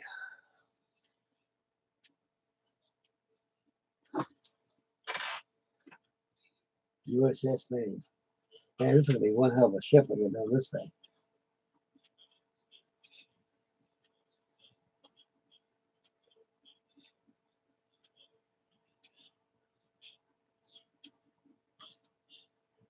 $18.95. Yeah, that's right.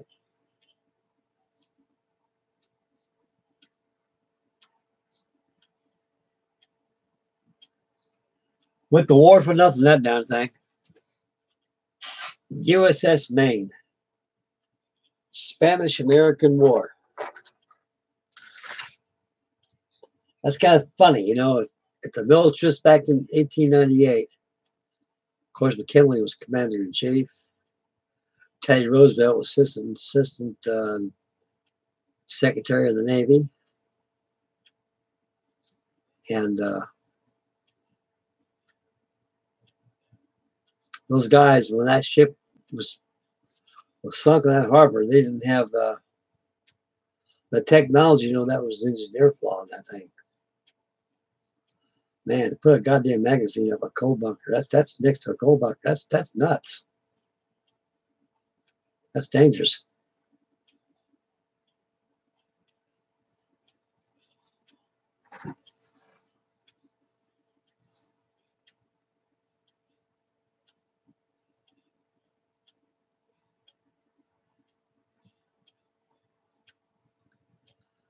There you go, Bet. Yep, there you go, Bill Drat.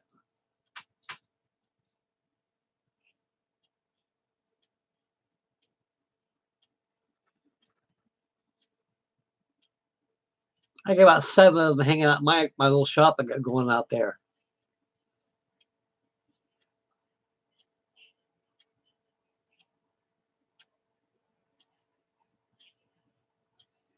Yeah, it sure does.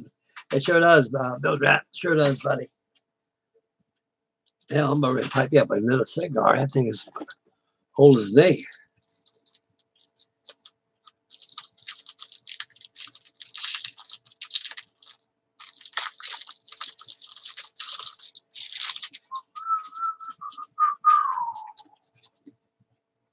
Da da da da.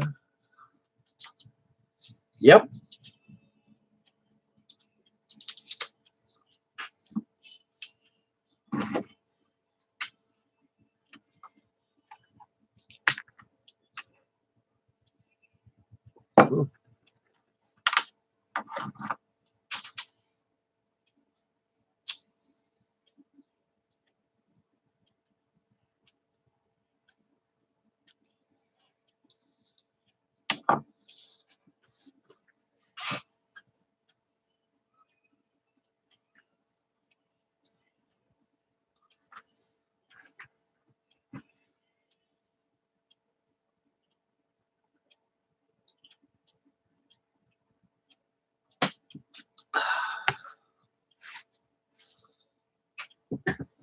Yeah.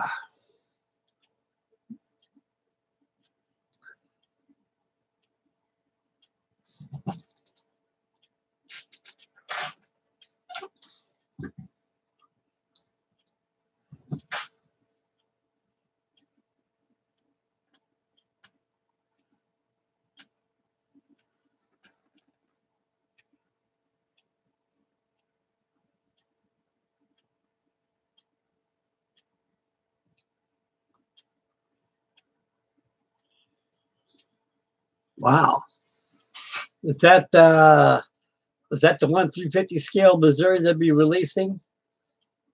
Is that the That's probably the old Naval one. You know, I think they came out with a early 1982. Naval came out with a 1/350 scale Missouri. I think it was.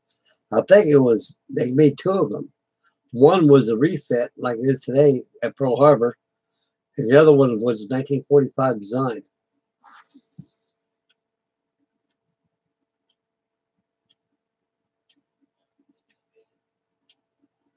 Oh yeah, 1954 kit. Came a big old long box. I used to have one of those one time. That thing cost about $3. Remember that. And the box is really thin, like a big old long box. And I painted it gray with a red waterline on it, and wood tan decks. And you compare that nowadays with a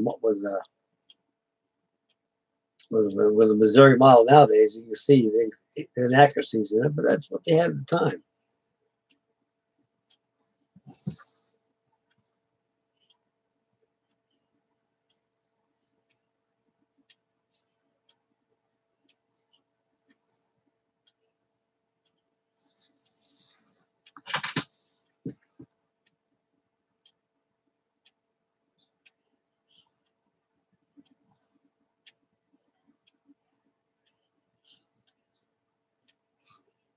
Those trumpers making some good kits out there. They come down with a lot of good ship models. They're really knocking them out.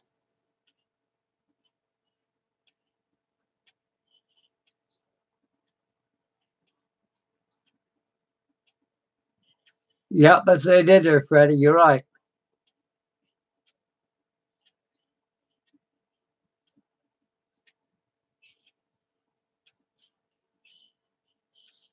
Oh yeah, the old mule, the chopper. The old army mule, we used to call it. That was an old Roar kit. Also, remember the Hellman? Had a jet motor on there on the tip of those blades. It had engine pods on. Oh man. And the Pogo. Man, I like to see those old models. Boy, I'm gonna get a bunch of them, though.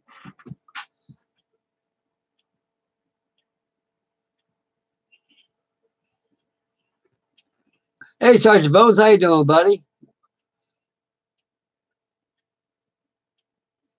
Hey, Miss Roberts. Wow. Yep, the Hiller Hornet. That's it, sir. That's it. And the Flapjack too. Yeah, I remember that. Man, you guys going back to my days when I was a young kid.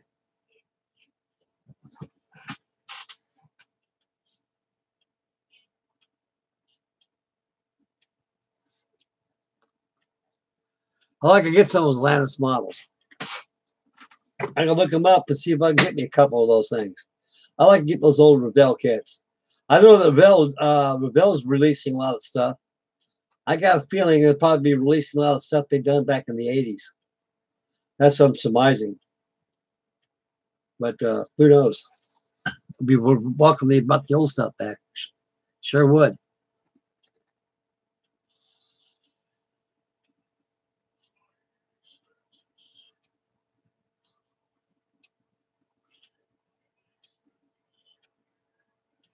Bill Judge, is that the Corvette?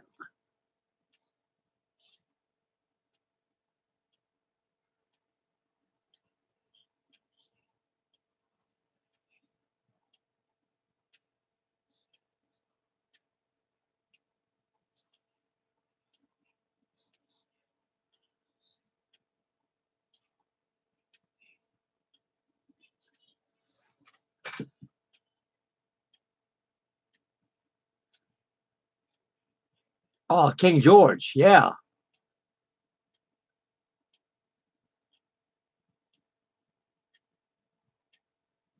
Atlantic camouflage.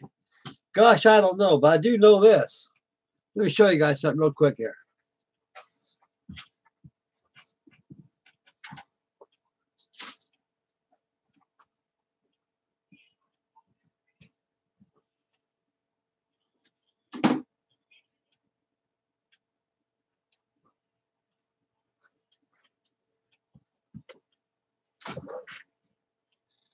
I got this Flower class Corvette. This is my Matchbox kit. And now I'm cleaning this up again. I'm doing a little work on this thing, get this thing done. Now, this is only camo. I know that King George didn't have this kind of camo. I think with the camo, what they used was more or less, there's probably a lot of different extra dark sea grays and ocean gray colors like that. You got to do your research. That's the best thing I could tell you right there, Matt. But the only camouflage I know in Corvettes is like right here. And this is a hell of a cat. I had this thing for years. I just take this out and clean it up. It's pretty dirty.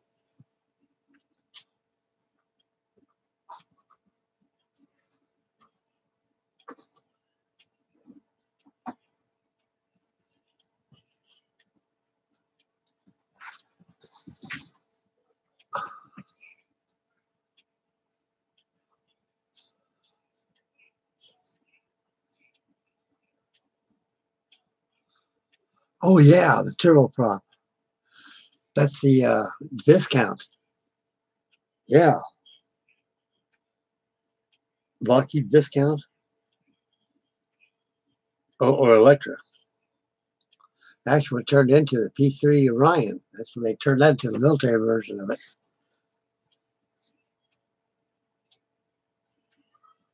Yeah, it sure has, Sergeant Bones. Yeah, that's I bought that kit. It was a Matchbox kit. I think I bought that in the very late 1970s. No. I bought it back in 1980. I remember that quite well. And I remember the price tag it had on it too. It was $75. It's a pretty stiff price.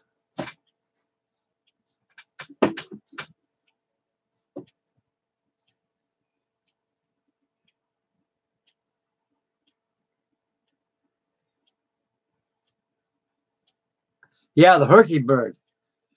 Yeah, the Herky Bird that the Naval made, I believe, didn't have the ray dome on there. It was just like, it was shaped like the Blenheim bomber, the earlier model, the F model.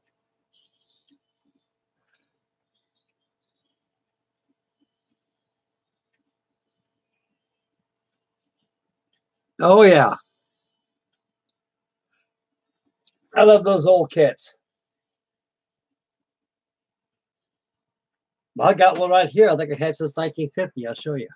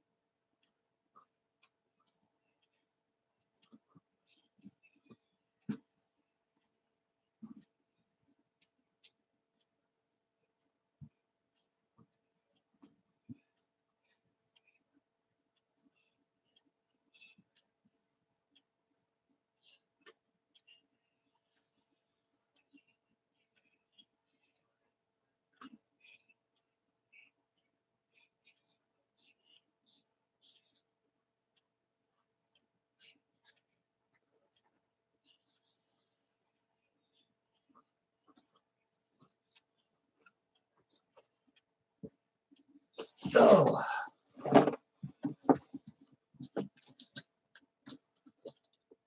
This little light chip right here.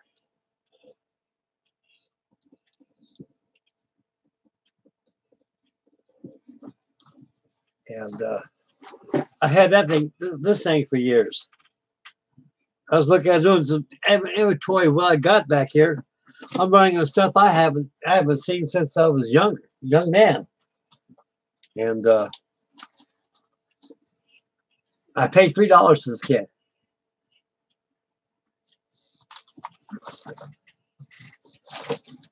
And this is what kind of box it came into. This is what you got for $3 back in those days, guys. Prepaid hall, everything.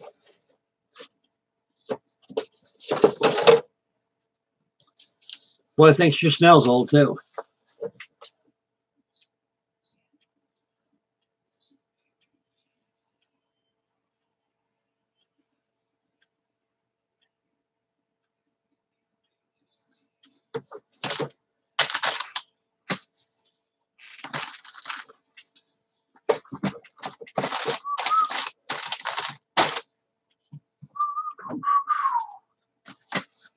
They got other stuff here too. You know, this is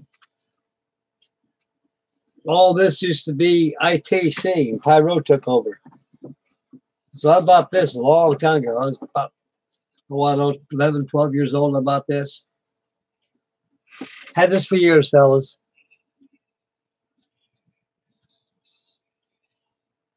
Yep. Back in those days, the dollar went a long ways. A long ways. Nowadays, money will have no value no more. That's why it takes a lot of money just to buy everything. That's why I was trying to explain to my wife, because she's a lot of things she don't understand. And she says, "Why did you go to the store? It costs $20 all this." I really don't understand the economy that today's world we live in. I said, "We live in a credit card economy. It's designed for credit card people only. People who pay cash, they're gonna have a rough way out, because when you open up your wallet, that's all you got till you get paid again. But with a credit card, that's magic money right there. It just keeps going long as you keep paying your bill, the principal, and everything like that. You just keep a swiping, and people don't pay attention to what they buy, and that's why everything that doesn't have no. That's why the dollar doesn't buy anymore like it used to. It's sad. It's tragic. It's terrible.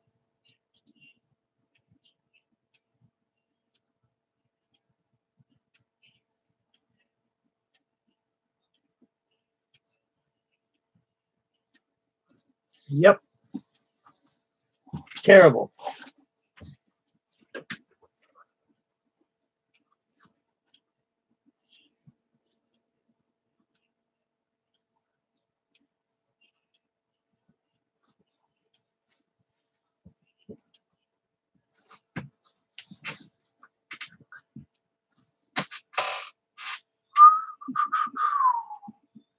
Yep. I've been buying models, building them, clicking since I was a kid. And I got great deals of them over here in my stash pile. I got 99 and 9/10 of the population of my stash I have is either from 40s, 50s, 30s, 60s, and 70s. And a very, very small percentage of what's out there today that's new to the world.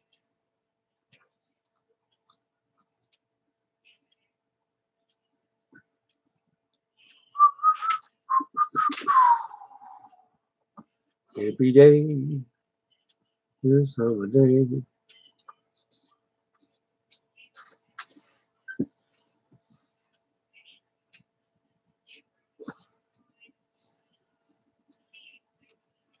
Man, it's 12 o'clock at night tonight. Yeah, I think I hang on for about a good another half an hour and call it tonight, fellas, and prepare for a video for this thing tomorrow. And get that going. And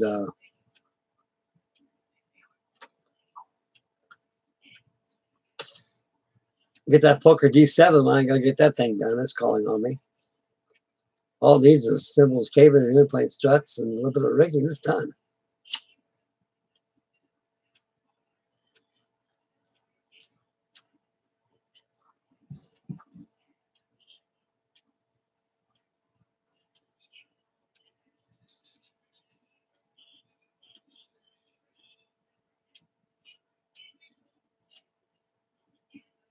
Yeah, tap and go.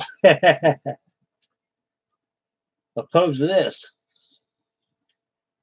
Yeah, I can't do it now. I'm $3 shy. I get to wait till next week. The card, it's yours.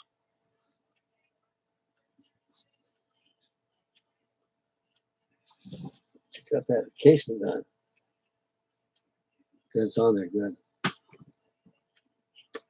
Some of those casements goes out and glue in there. I just kind of, I drilled holes inside there and it stuck them in there. And I wasn't going to leave them open to make a whole gun there. I decided to close it up.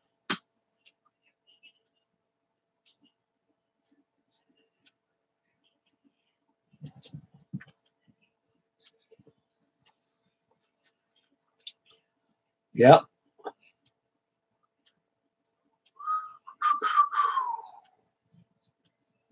Well, oh, wow.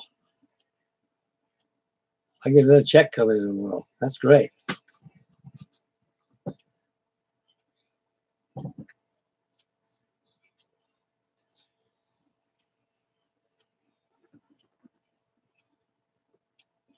Yeah. I go up there every day, Bill's Rat. I'll take a piece or something like that and place somewhere. Where the hell I put that thing in? I can't find it nowhere. I go back and pillage all my junk behind me and stuff. And I got to get this place cleaned up, you know. And in about 2 or 3 days later, I'll find it sitting right in front of me. Man, that was a snake that I bet me a dozen times.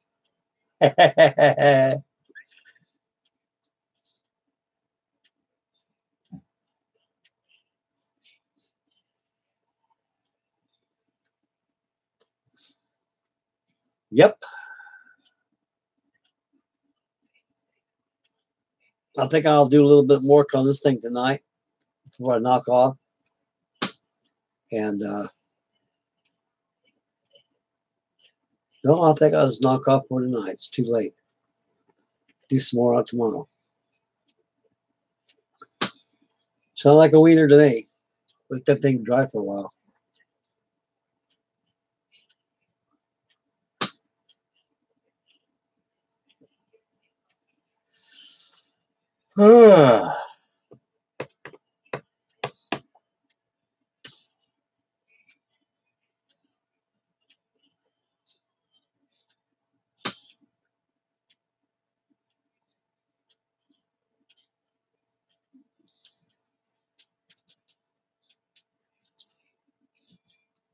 I got another card model here too, beside the main. Wouldn't have this printed off today. I've never seen one of these before. Yeah, I think I have.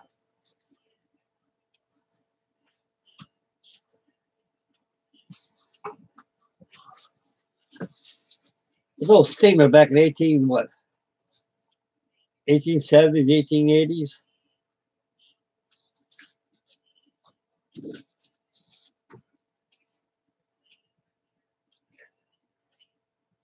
This right here is steam and square rigger. You use a combination of sails and steam. Imagine this was a steamship for its day. It transferred a lot of foreign people over here to the old world with new people. This is a big model. Like I say, that's a water line there.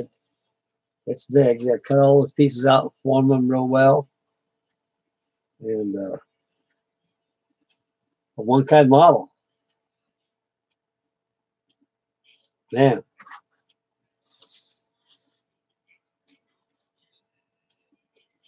Looked like a tramp steamer.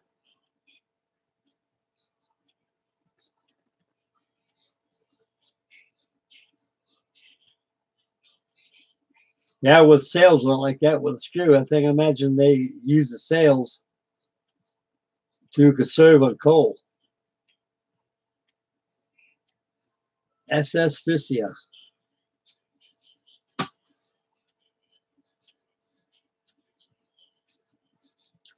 Take that, load it up on a CD, take it down to a print shop, and print it out for you.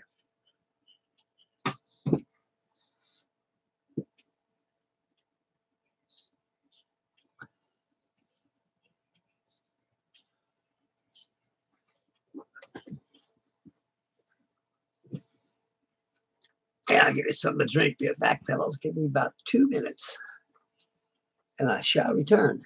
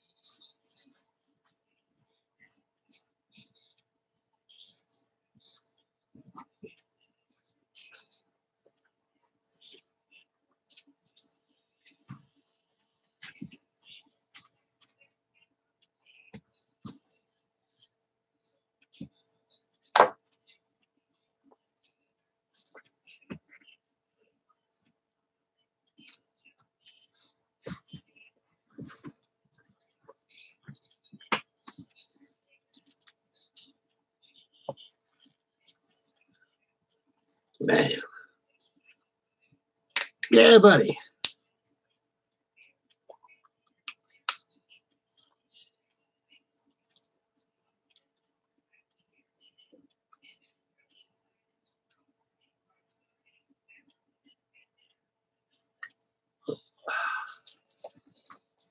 I love tomato juice. I drink that stuff all the time. Keeps you away from drinking pop.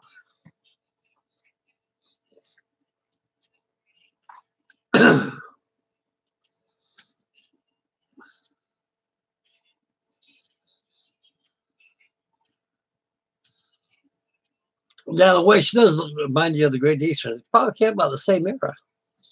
That was old Bushnell's old project. Man, that poor guy. He died of diabetes and everything. He had a lot of problems wrong with him. But the guy was he was a very good innovator. I mean, he made the Great Eastern. Boy, when he built that big thing, that was a Titanic of that time. I think it was 600 feet long. And when he launched the damn thing, the water wasn't deep enough to launch it. And he ran into all kinds of problems. And that ship was pretty successful to use it. It was a cable laying ship. Use it for laying cable and stuff. That's what they found it was really good for to use. Because he was very good making these paddle steamships and stuff, And he designed that big old Great Eastern. I know Naval built one, made one before. They produced one, Great Eastern. Now, I wish they would bought that out. Now, that's a hard kit to find right now, the Great Eastern. I'd love to get my peppers on one of them.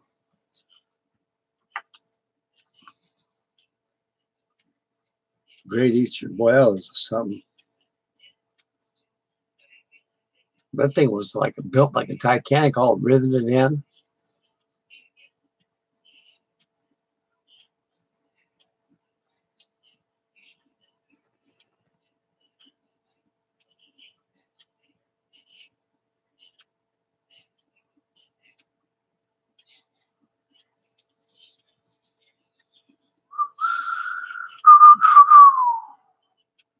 Yeah, I like to watch old Smooth and the crew. I haven't seen Festa and Smooth. Usually have their insomnia hangouts, and I don't know. So far, they haven't had it going on for a while. Smooth's got his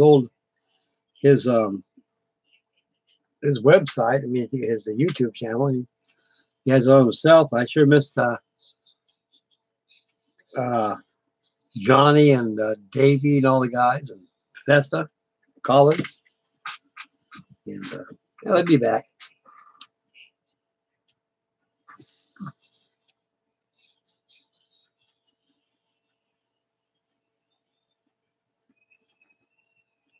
Yeah. Man, what the guy was thinking was coming launch day. Everybody's out there, bands playing, ready to launch that thing. That thing wasn't going nowhere. It's like launching the Titanic in the mud puddle. Man. They had to wait for the tide to come up and everything. Jesus. He was worried about breaking the keel and everything. I think we laid that sandbar did. He had a lot of problems, that guy did.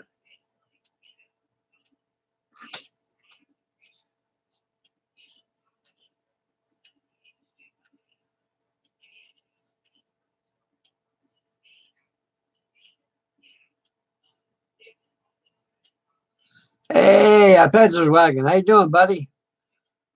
Welcome to Frankie Day's Wednesday night hangout. Was gonna have one. Christmas, New Year's Eve, but I had to work, so it kind of put the damper on me there. So what the hell? I get one going on tonight.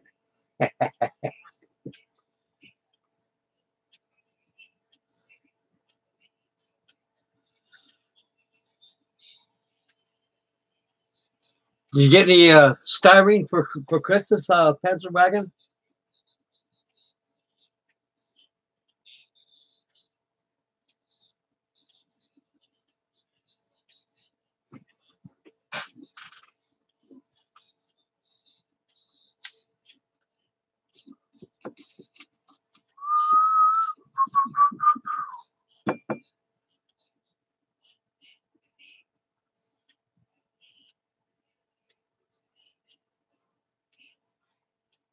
Ah, good old dust tactics. Happy New Year's, Pat Place. How you doing there, sir? Welcome to Frankie Day's Wednesday night hangout. It's 12 now, and I'm having a good time.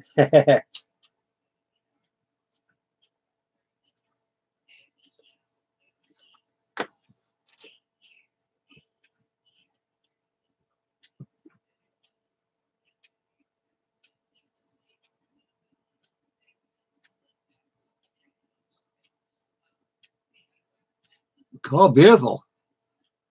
Leopold tank, Leopold.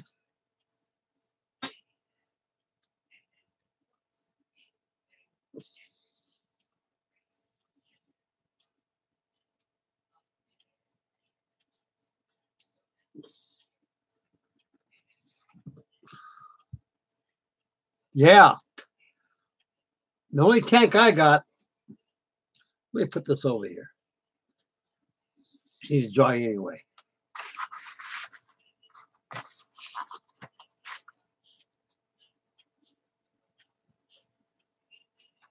Yeah, put it right there.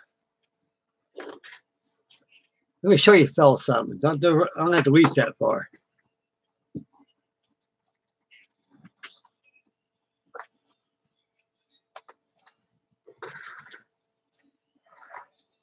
This thing is dirty.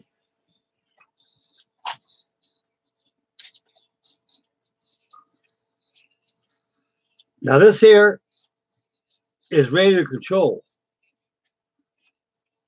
I did not build this tank. I bought this. I was down at the hobby shop, not Smitty's, but a hobby shop. And I like tanks. I don't know what scale this thing is in. Maybe it's 124 scale or 125 scale. But I'm going to show you guys something here. Ooh.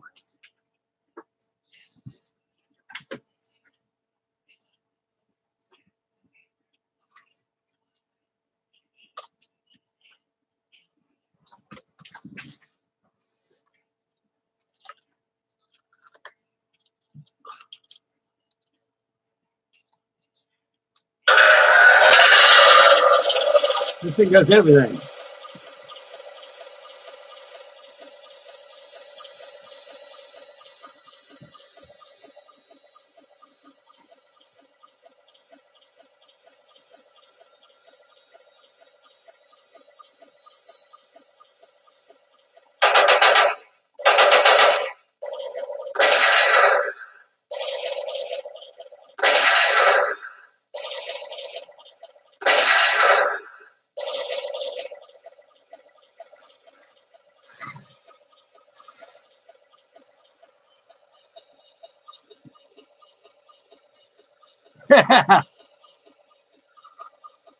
This thing is, I play this thing all the time.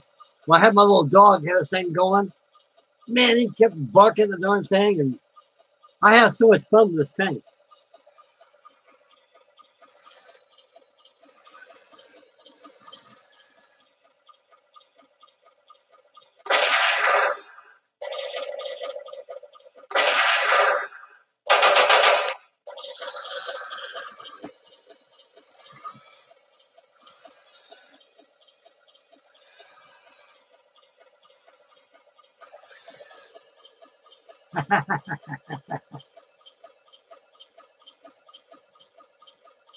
That's the first time I fiddled this thing in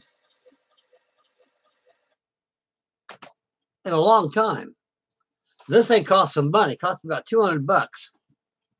And this thing here is now I found out this tank here is infrared. Now I can go to battle. If some guy's got this tank, I think who makes this damn thing? VX6, VSP, VS tank, VS tank. Yeah.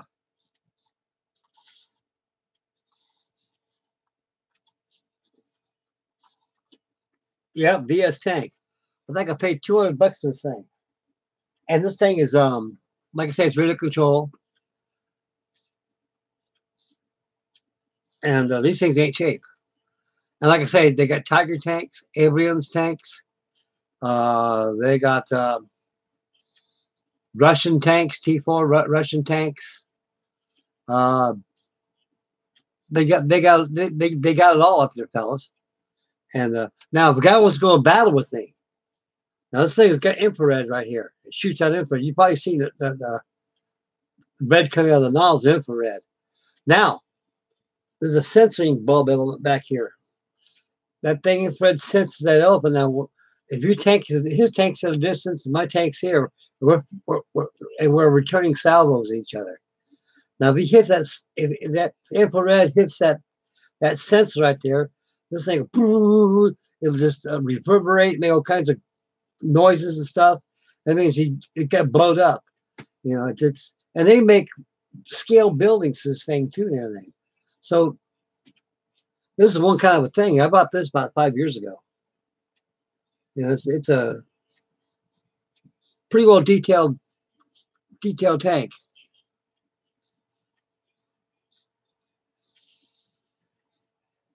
Yep, there you go.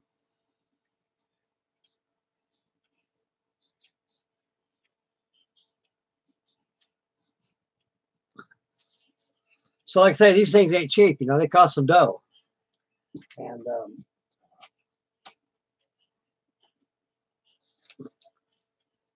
let's use this in the Africa campaign. So I don't think it is. South Africa they used. And this is a very detailed MA Sherman tank, M1 Sherman tank. It's a little dirty a little bit, but it's got to be cleaned up. It cleans up very easily. It's very detailed, guys. I really like this thing. This thing is very, very well built.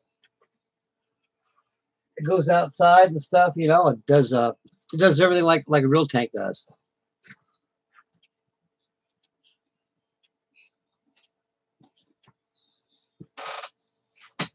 And I gotta get this thing done.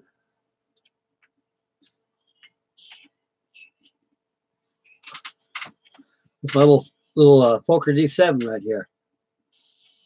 It's made out of paper.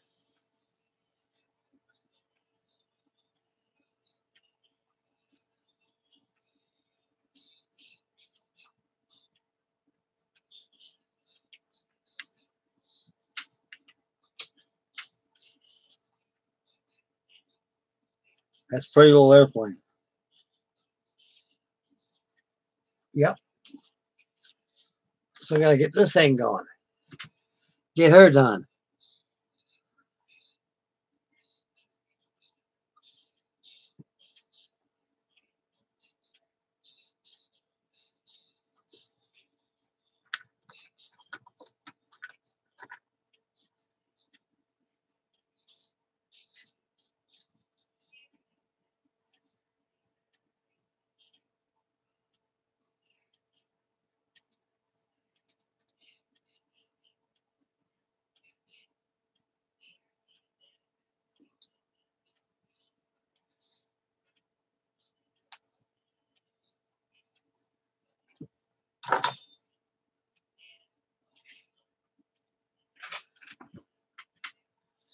Yep, get her done. Won't take too long of that.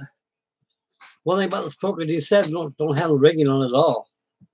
The only rigging is on the control surfaces, so that can be rigged up. I got some easy line I'll put on that.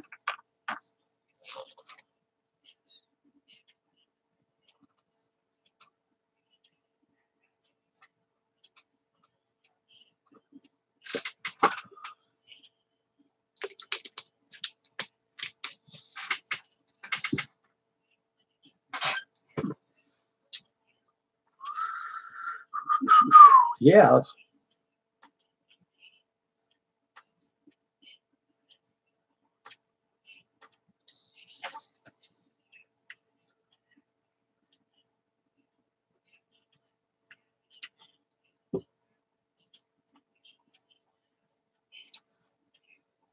Yes, sir.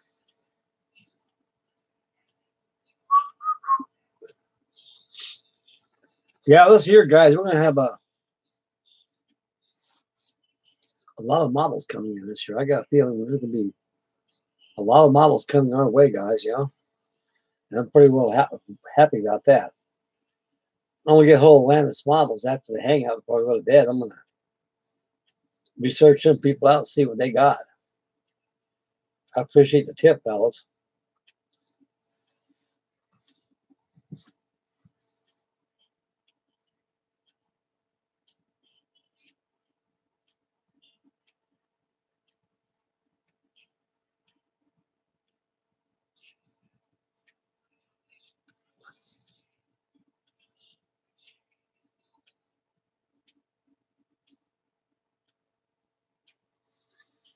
There's a lot of good experimental craft. I got a card kit of the pogo, they call it. It sets on the end, has a pop to spin, and it comes up. And I guess it changed over to fly straight ahead. That thing was experimental back in the 1950s. I don't think it ever amount to anything, but it's one of those airplanes that, like a spruce goose, that flew only once. That's it. And they got more better designs coming out there.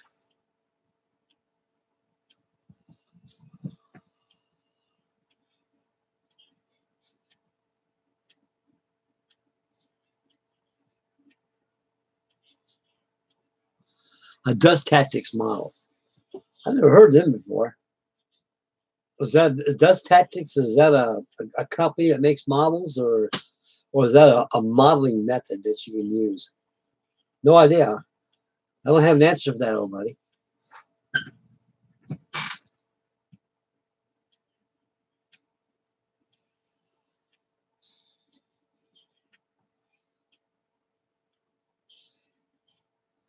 Oh yeah, the Fokker D7. It was like the Fokker DR1 triplane, the same thing. Them things landed. The triplane had a very, very bad problem of nosing over. I mean, they come landing and they come over, they'll just flop over, you know. But Manfred von Richthofen mastered it, and so did Hermann Goring. Just give a lot of up stabilizer. You give a lot of power when you come in. That way, keep the tail down, then cut the power.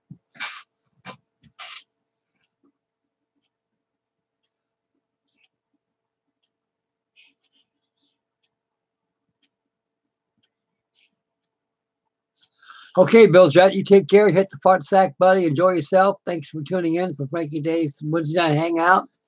I'm honored, buddy. And you stay posted tomorrow night. I have a video on the Brooklyn, and hopefully I get this bad girl done and get her finished. Because all it needs is to get the wing mounted and a couple things, and she's finished. And she'll be on her way.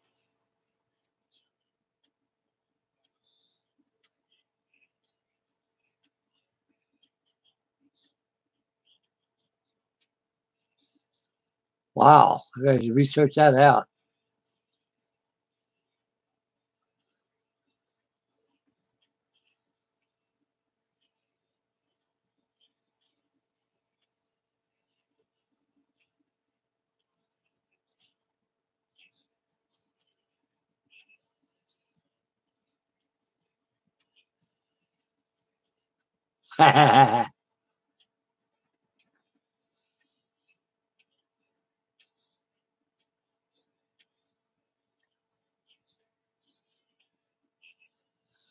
Take care, everybody.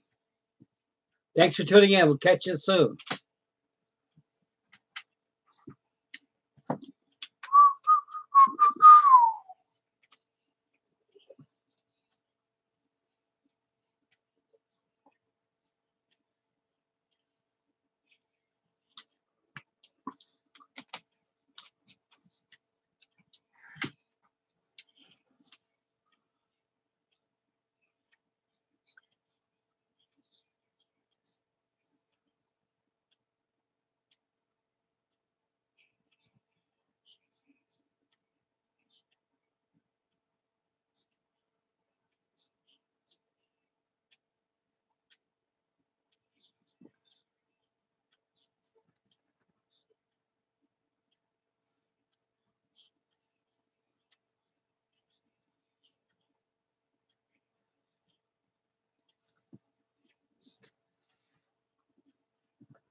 In Ohio, it's out here about 12:30 out here at midnight.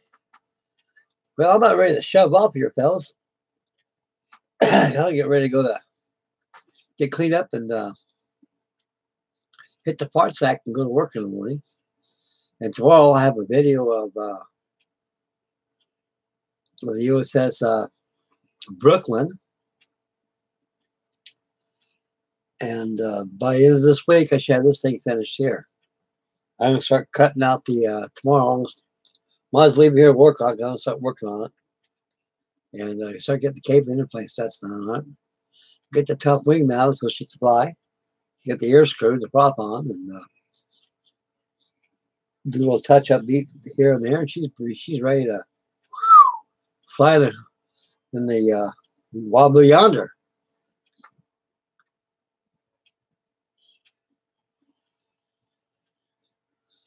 Yeah, get to school, get some good education, buddy. Well, guys, I'm going to sign off here right now. I'd like to thank all 13 of you who are remaining on my hangout for the night. It's 12:30, it's running late for me and probably early for you fellas. And it wouldn't be working tomorrow. I'd chew the fat with 2 or 3 more hours. But I got to hit the part sack and get to sleep and good to work tomorrow and toil and row with the rest of the slaves. And you guys take care and I'll monitor each one of you guys out there. And thank you very much for tuning in on this hangout I have here. And I'm going to try to figure out some way to send a link to you guys. You can have your faces on here. I can talk to you and stuff, you know, and we'll get that going, guys. We'll get that going. Okay. Make mama happy. Take care of yourself. Spend wisely. Stay focused on the road. Buy yourself a model and enjoy. We got winter coming up. It's here now, and it promotes a lot of good model building. I got a lot of stuff coming your way, guys. A lot of stuff, endless stuff. And I know you guys got the same. And happy model building. And you guys make mama happy and take care of yourselves. And it's Frankie Day signing off for Frankie Day Models. And thank you very much for joining in this hangout, fellas. And God bless you guys. And take care of yourselves.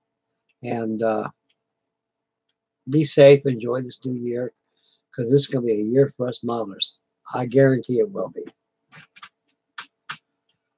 Good night, buddy. Good night, guys. Buenos dias. See you guys. Bye now, fellas.